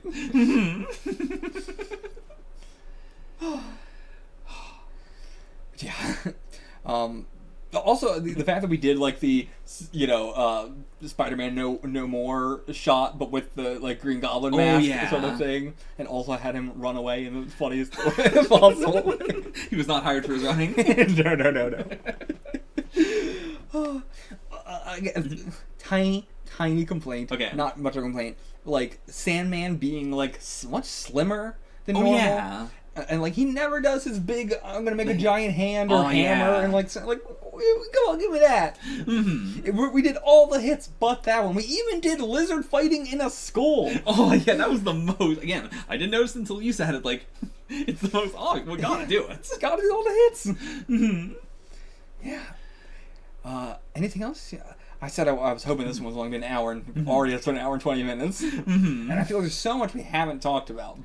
But yeah. It's such a packed movie. I'm not trying to make another 8-hour in-game discussion situation. Yeah, I don't think we need to go that far. Do you think Ned is going to become a sorcerer? Or do you think MJ and Ned are going to kind of be like, not written out, but you know, like, are we going to kind of be done with them? Not fully, but... I don't think we're going to be done with them. Okay. I don't think he's going to be a sorcerer, but I feel like we're going to do a big time skip by the time we see them again. Okay. Like, honestly, I think Ned may not work at the Daily Bugle, because that means something very different in this universe. Yeah. But I feel like when we get to them all again, it'll be like either them in college or even them as adults. Like with the amount of time that's going to pass before we like get another Spider-Man movie or anything. Yeah. I think that'd be a very interesting thing to do. Like we had an entire high school trilogy, and then when we see them again, like they've all changed a lot. Like Peter has fully decided, I'm not going to meet up with MJ. And so the next time they meet up again, it is it's not a foregone conclusion of, well, obviously he's going to reveal himself and all that. It is he has spent a long time, doing other stuff, protecting people. He's moved on a little bit, and now this is going to nag at him as but my one true love. Yeah. I can definitely see that. But, I don't know, also, again, at the end of the movie, he seems to have kind of, taken a healthy approach to it. Not like a sad, somber ending. It's like a hopeful new start. Yeah, we gotta always move on. Which I do really love. We got a final swing. That was fucking dope. So cool. Yeah, I don't think I have really anything else to say. I like the idea of Gwen Stacy being in some alley somewhere for this movie and then being teleported back and dying. And same thing with maybe the Aunt Mays are there somewhere, Eddie Brock's somewhere. The Eddie Brock thing, the post-credit one with the Venom movie Eddie Brock. Oh yeah, is so weird because it really feels like it's like we're bringing in every villain that knows Peter Spider-Man from these two movies specifically. except for that one, which is like we can't just do both both Venoms, and doing a Venom's just gonna be too much here. And so it really feels like it's like yes, it's the Venom movie one, but like it's supposed to be the Venom from the first trilogy, like it's that one's memories, probably. Yeah, like it's weird how that works, but I imagine it is, that sort of thing. It also just feels like a very Sony thing of like, we want to do a connection, but we genuinely cannot figure out a way to do it in the movie itself, so we're just gonna do the post-credits thing. He's just gonna pop in for a little bit, talk to a bartender, and leave. And do you think the black suit is gonna be important? I think, or is it gonna be the classic in-credit scene? Doesn't matter. I think it's gonna be important, but I don't think we're going to do the black suit saga. Oh yeah. Like, I feel like we're going to do something really weird and different with it. And, maybe not even as an intentional, that's what they're planning to do right now. But I think just, like, with the way the MCU is, and all the weird stuff that happens, I feel like that's going to be turned into something weird or different or interesting, like a lab's gonna get it or something. Yeah, like, I think you can't do Venom, like, Spidey at this point. You gotta just do the symbiotes in general. Yeah, and there's like plenty of crazy symbiote lore they've never ever done in live action that they could touch on, that they could do weird, interesting stuff with. King in Black has been such like a big event relatively recently that they might want to, do like that. That would be very interesting. Of like doing a something that's very recent-ish in the comics, but they could still do now. Yeah, and I think, like, especially with them wanting to do multiverse stuff for the MCU now, like, the symbiotes having this, like, hive mind situation is a very interesting way to do a Venom, or just symbiotes in general, who hate Spider-Man, and you don't have to set up an in-universe reason. It is this crazy multiversal, like, consequence of the events of this. Yeah. Which I think would fit very well with where they're going with this Spider-Man. The idea of, like, he made the ultimate sacrifice, he tried to fix everything, and even then, something's still fucked up, and he's still gotta be punished more. Yeah. And they could do, whatever the hell they want to with the symbiotes. Like, symbiotes are just cool in general. Like, I only knew about Venom and Carnage, but Riot was fucking awesome. Oh, yeah. So, I don't think they're going to do the black suit either. We talked about it before. I can't imagine the MCU will do, like, even, like, the fact that Spider-Man 3, the video game, is doing that is, like, very interesting. Yeah. I'm very curious how they're going to do that, because it's so difficult now, because, like, you either have to not do it accurately, or do it accurately and have everybody complain because they don't understand Venom, and nobody's understood the black suit. No one ever. Literally no one. I mean, maybe, during its original comics run, but I think like even the moment it was in a cartoon, people just do not understand the black suit. Yeah, it was immediately like, okay, so it was like this, right? Oh, it makes him cool, right? Well, I don't know why everybody thinks it makes him cool. That's the thing. In all adaptations, they're pretty consistent about it doesn't make him cool. Yeah. Everyone just misremembers it as he gets cool.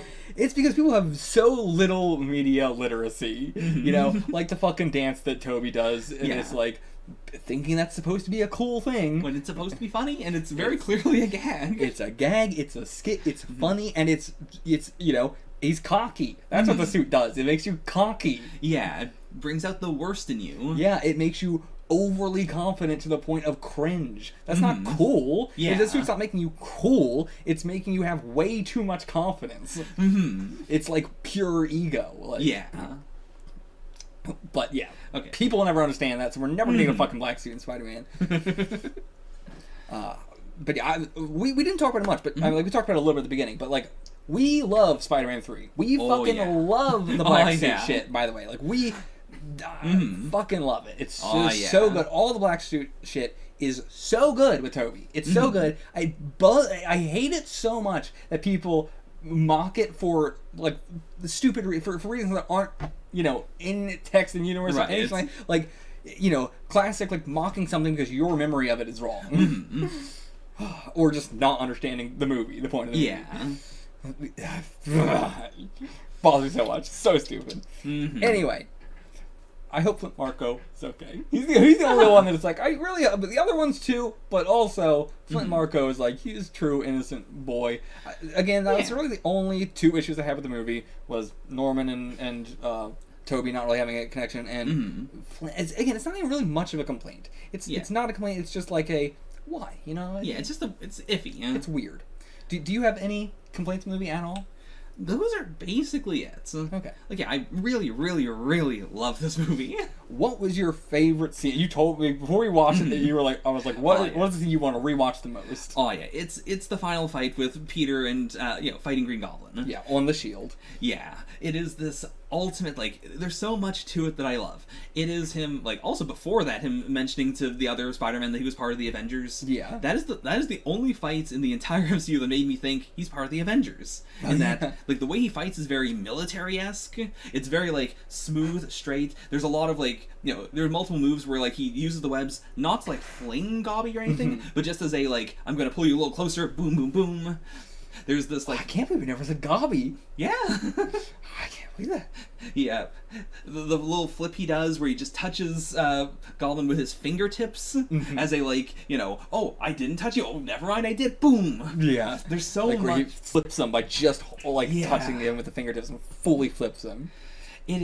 It's graceful, but not in the, like, super acrobatic, graceful way. And, like, I think that's, a big part of why they had to be on the shield. Like, there's nothing for him to bounce off of.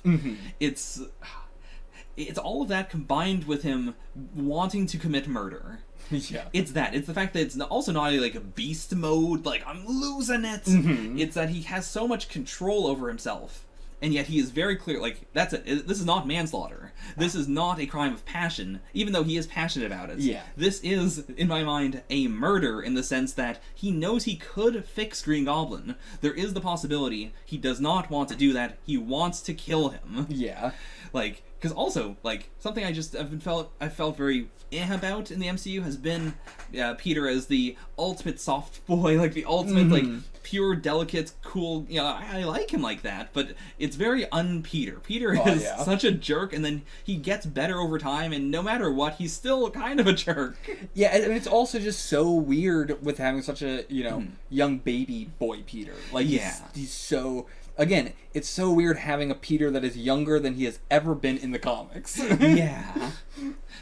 So, like, it's so interesting seeing him, like, truly be mean, like, in a way that's fully justified. Yeah.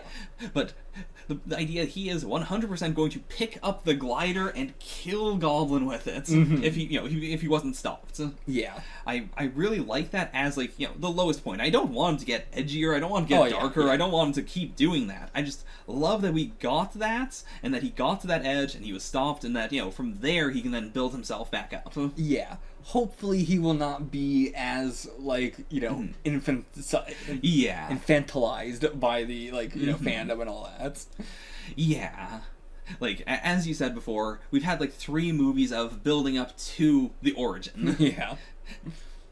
And it's wild to think about, but it is crazy to think that this is the origin movie. Yeah.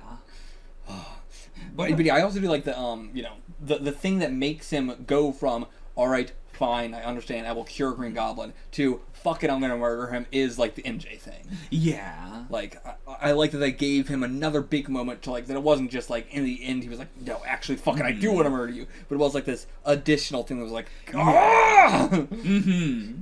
Like, yeah. So, my favorite scene, the scene that I was excited to rewatch, and my favorite scene is, of course, when Peter goes back to school after his identity is found out. I love the comedy in this movie so much, and having Hannibal Buress, JB Smoove, and I can never remember the other guy, but having, like, all 3 of those, like, and then again the additional, like, interviews with them and stuff was so. I love how fast Hannibal Buress' character goes from, like, he's a murderer. You're a mass murderer, man. I'm not gonna support this guy. To, hey, Spider-Man, crawl up on that wall. Oh yeah. But yeah, I'm gonna miss this high school. It's so fucking funny. Yeah. I think that's it. Yeah. I guess my 2 questions are, like, I guess not when will we get him back, but, like, like, just in general, where do you see him coming back in? Like, do you think it's gonna be in, like, a new Spider-Man trilogy? Do you think it's gonna be in the next Avengers? Or, like, a cameo in something else? I'm gonna say Avengers Secret Wars, like, that's gotta just be, duh, he'll be in that. But before that, like, I would think Miss Marvel. Okay. Like, I don't think he's going to be in the Ms. Marvel TV show, but I think Ms. Marvel Season 2 will probably happen before Secret Wars anyway. Okay. And so I'm going to guess Ms. Marvel Season 2 is going to be the next time we see him. Because I if there's any show that he's going to be a part of, Captain America, I don't know if Peter has much of a connection with Sam or Bucky or anything. So, I don't, but like Captain America I could see. But even that, he doesn't really have much of a connection with Captain America in the MCU. Yeah. It's slight, but not that much. So yeah, the only character I can think of him having like a connection with is Ms. Marvel. Like he's, they're huge together in the comics. Yeah. But tish. But yeah, that's my guess. Okay. Yeah, it's very tough because like he's so bankable. He's a character I could, Secret Wars makes sense. Maybe in like in a TV show, I can't really see it, and I'm very curious to see how they'll play him because he's like right now as a person who has information, he's like a super veteran, but no one really knows about that, and he can't tell them. Like it's going to be hard to even explain why he can't tell them. Yeah, and like I'm very curious in the same way that we've had so many consequences in Phase 4 and so many like, well, logically, how does this relate to this? I'm so curious to see like how the other Avengers and whatnot remember him or know about him. Like because he's such a personable character. He's so like, you get so much Peterness in everything he does. Yeah. So like how do they remember him? Was he just a weirdo? Was he like Peter and very kitty and all that? Do they remember him as just like not being very memorable? Yeah. Because I think, I would love to see him in Secret Wars as this big, like, everyone remembers him, but he's been off the grid for a long time, and he's, like, very surprisingly competent, and everyone's like, how the hell does he know that? Or how is he so good at this? Yeah. Also, I wonder if it's going to be a plot-relevant thing, but, like, we did clear up that now Spider-Man knows that wasn't Nick Fury. Yeah. That's such a small little thing. But I could see it. Like, it's probably more of, like, just a... of course you would say Nick Fury will explain this, but that can't be the case. Yeah. But, like, it could also be a way for Spider-Man to, like, have been looking into that and trying to figure out what's going on or something. Yeah. Like, what the hell was that then?